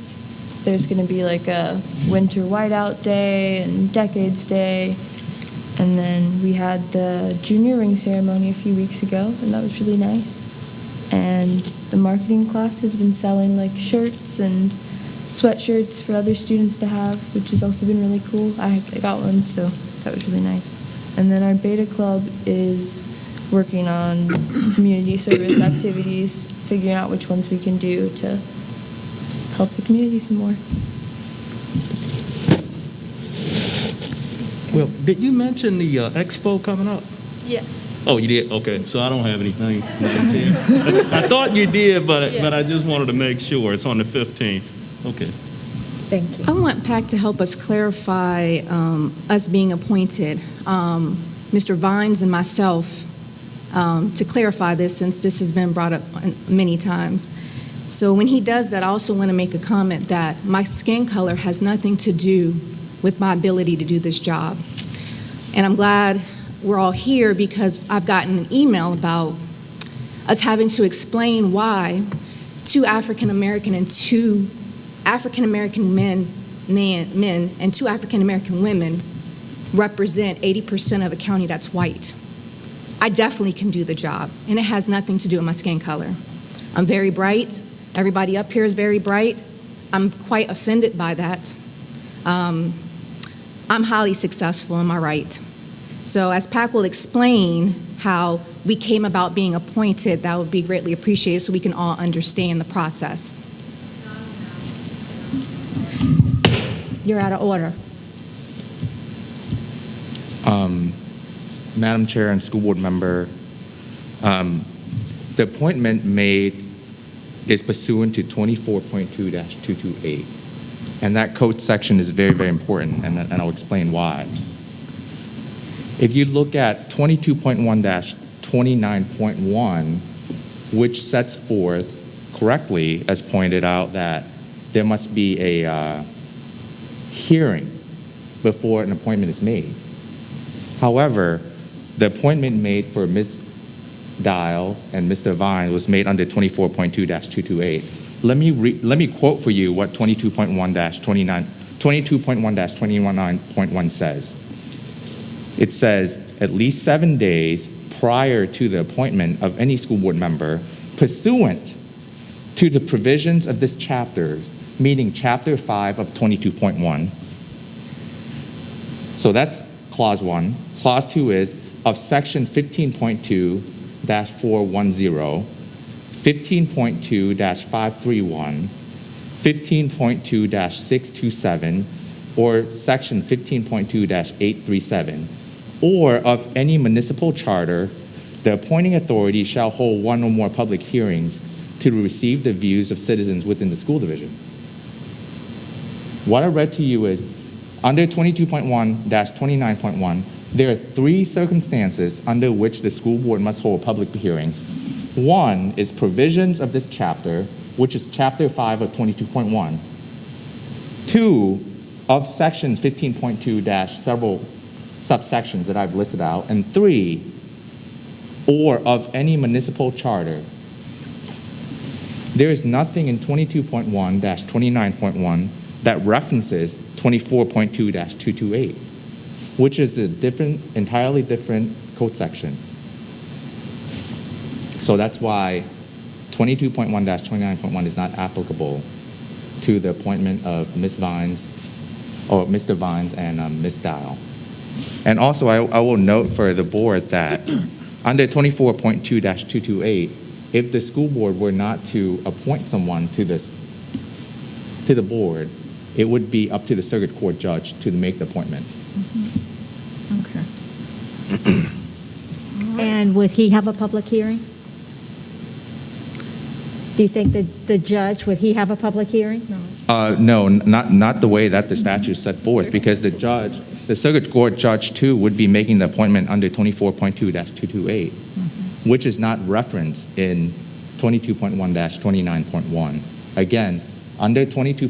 So we're clear, under 22.1-29.1, there are 3 circumstances. The first is when the appointment is made pursuant to the provisions of this chapter, which is Chapter 5 of Section 22.1 of the Code of Virginia. The second is the subsections that I've listed previously under 15.2, and then finally, or of any municipal charter. Those 3 conditions are not applicable here. If the school board, any other school board members of Dr. Thornton has questions, please let me know.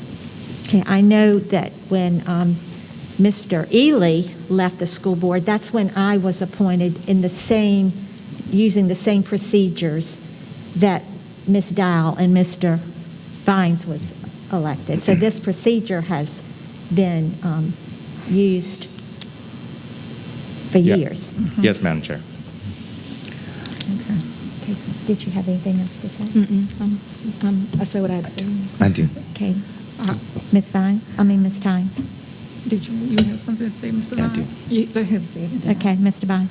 I want to speak in conjunction with Ms. Dow.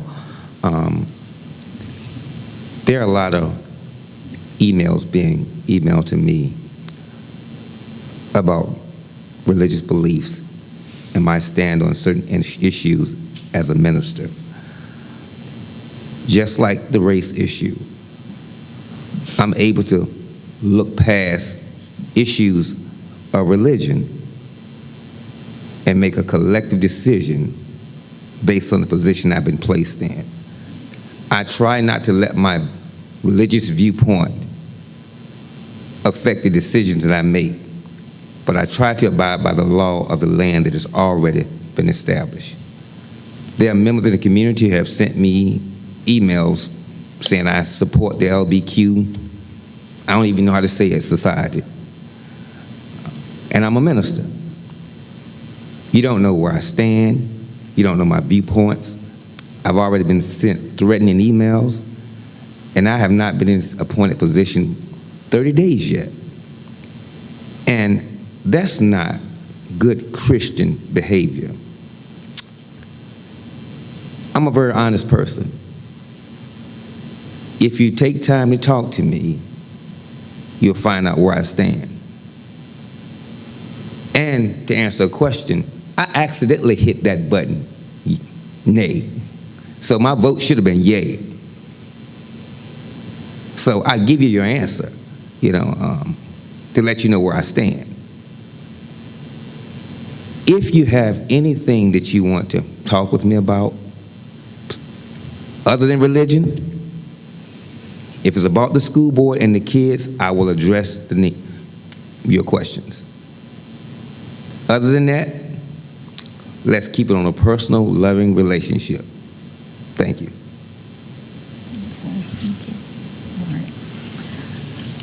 Madam Chair, thank you for this opportunity. And I guess being an educator, I like seeing students that maybe graduated from Wight County Schools, and they go off and they do things, wonderful things out in our community, out in the world. And tonight, there was a student that graduated from Smithfield High School in the year of 2011. And this gentleman, he's a gentleman now, he will be graduating from Norfolk State University Saturday morning. And if you do the math, I guess you say, well, that's a whole lot of years. But I wanted to tell you that story because he is the true definition of perseverance.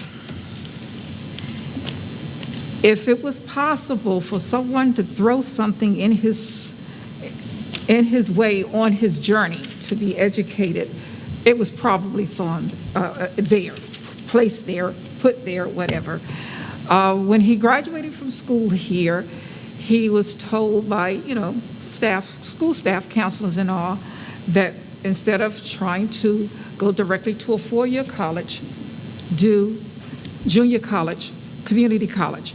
And he did that. He went to Paul D. Camp Community College, and within 3 years, he graduated with honors. He left Paul D. Camp and went to Norfolk State. Norfolk State, when he first got there, his major, he wanted to do things. He's very talented in writing. He wanted to be a producer, write films, plays, those type things. Well, within a year or so of that, he was advised, you need to change your major to something else. Well, over the years, these things happen. But I'm telling you this story. While he was there, this young man, his father died. And within about a year and a half of his father dying, his mother passed away, and they were very close. And these people, it was a sudden death. He did not give up. He continued on his journey to get that degree.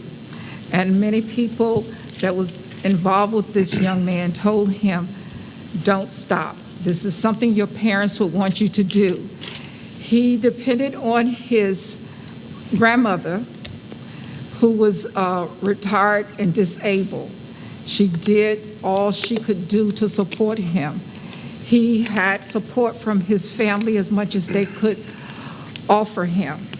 And I'm telling you this story because if there are a student out there tonight that's listening to this, don't give up. There's always a will if you are willing to stay there.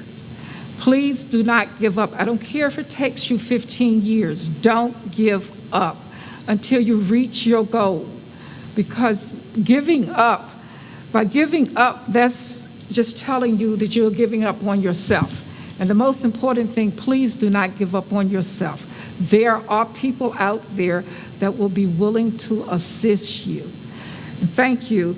And I would like to leave you with, we're already in the holiday season pretty much. And to all, Happy Hanukkah, Feliz Navidad, Merry Christmas, Joyous Noel, Joyous Kwanzaa, and Happy Holidays. Okay, thank you. And I will end by saying that it has been a huge honor and privilege to serve this school division for the past 40 years as a teacher, as a principal, as a director, and a school board member. And while there has been so many challenges, the journey was so worth the work and the efforts. There has always been and always will be a special place in my heart for the teachers, for the administrators, for our children, and our families. This community is the only one that I truly know, and I love it dearly. The past year has been a sad one. At times, the disrespect displayed in emails and social media and during public comments has been sad. I have said before, united we stand, and divided we fall. Our school division, as well as school divisions throughout our nation, has gone through the worst challenges in history, and the gaps of student achievement have never been more concerning. The work ahead is monumental, and we must come together for our children. I leave tonight with mixed emotions, because I will truly miss serving our community and working with administrators who are not perfect, but I know have a heart for children and always want to do what's best. The school board, the administration, the teachers, the students and families have been and will continue to be in my prayers, and I promise you that. I'm now looking forward to a much more relaxed life with little stress coming my way. And with all that being said,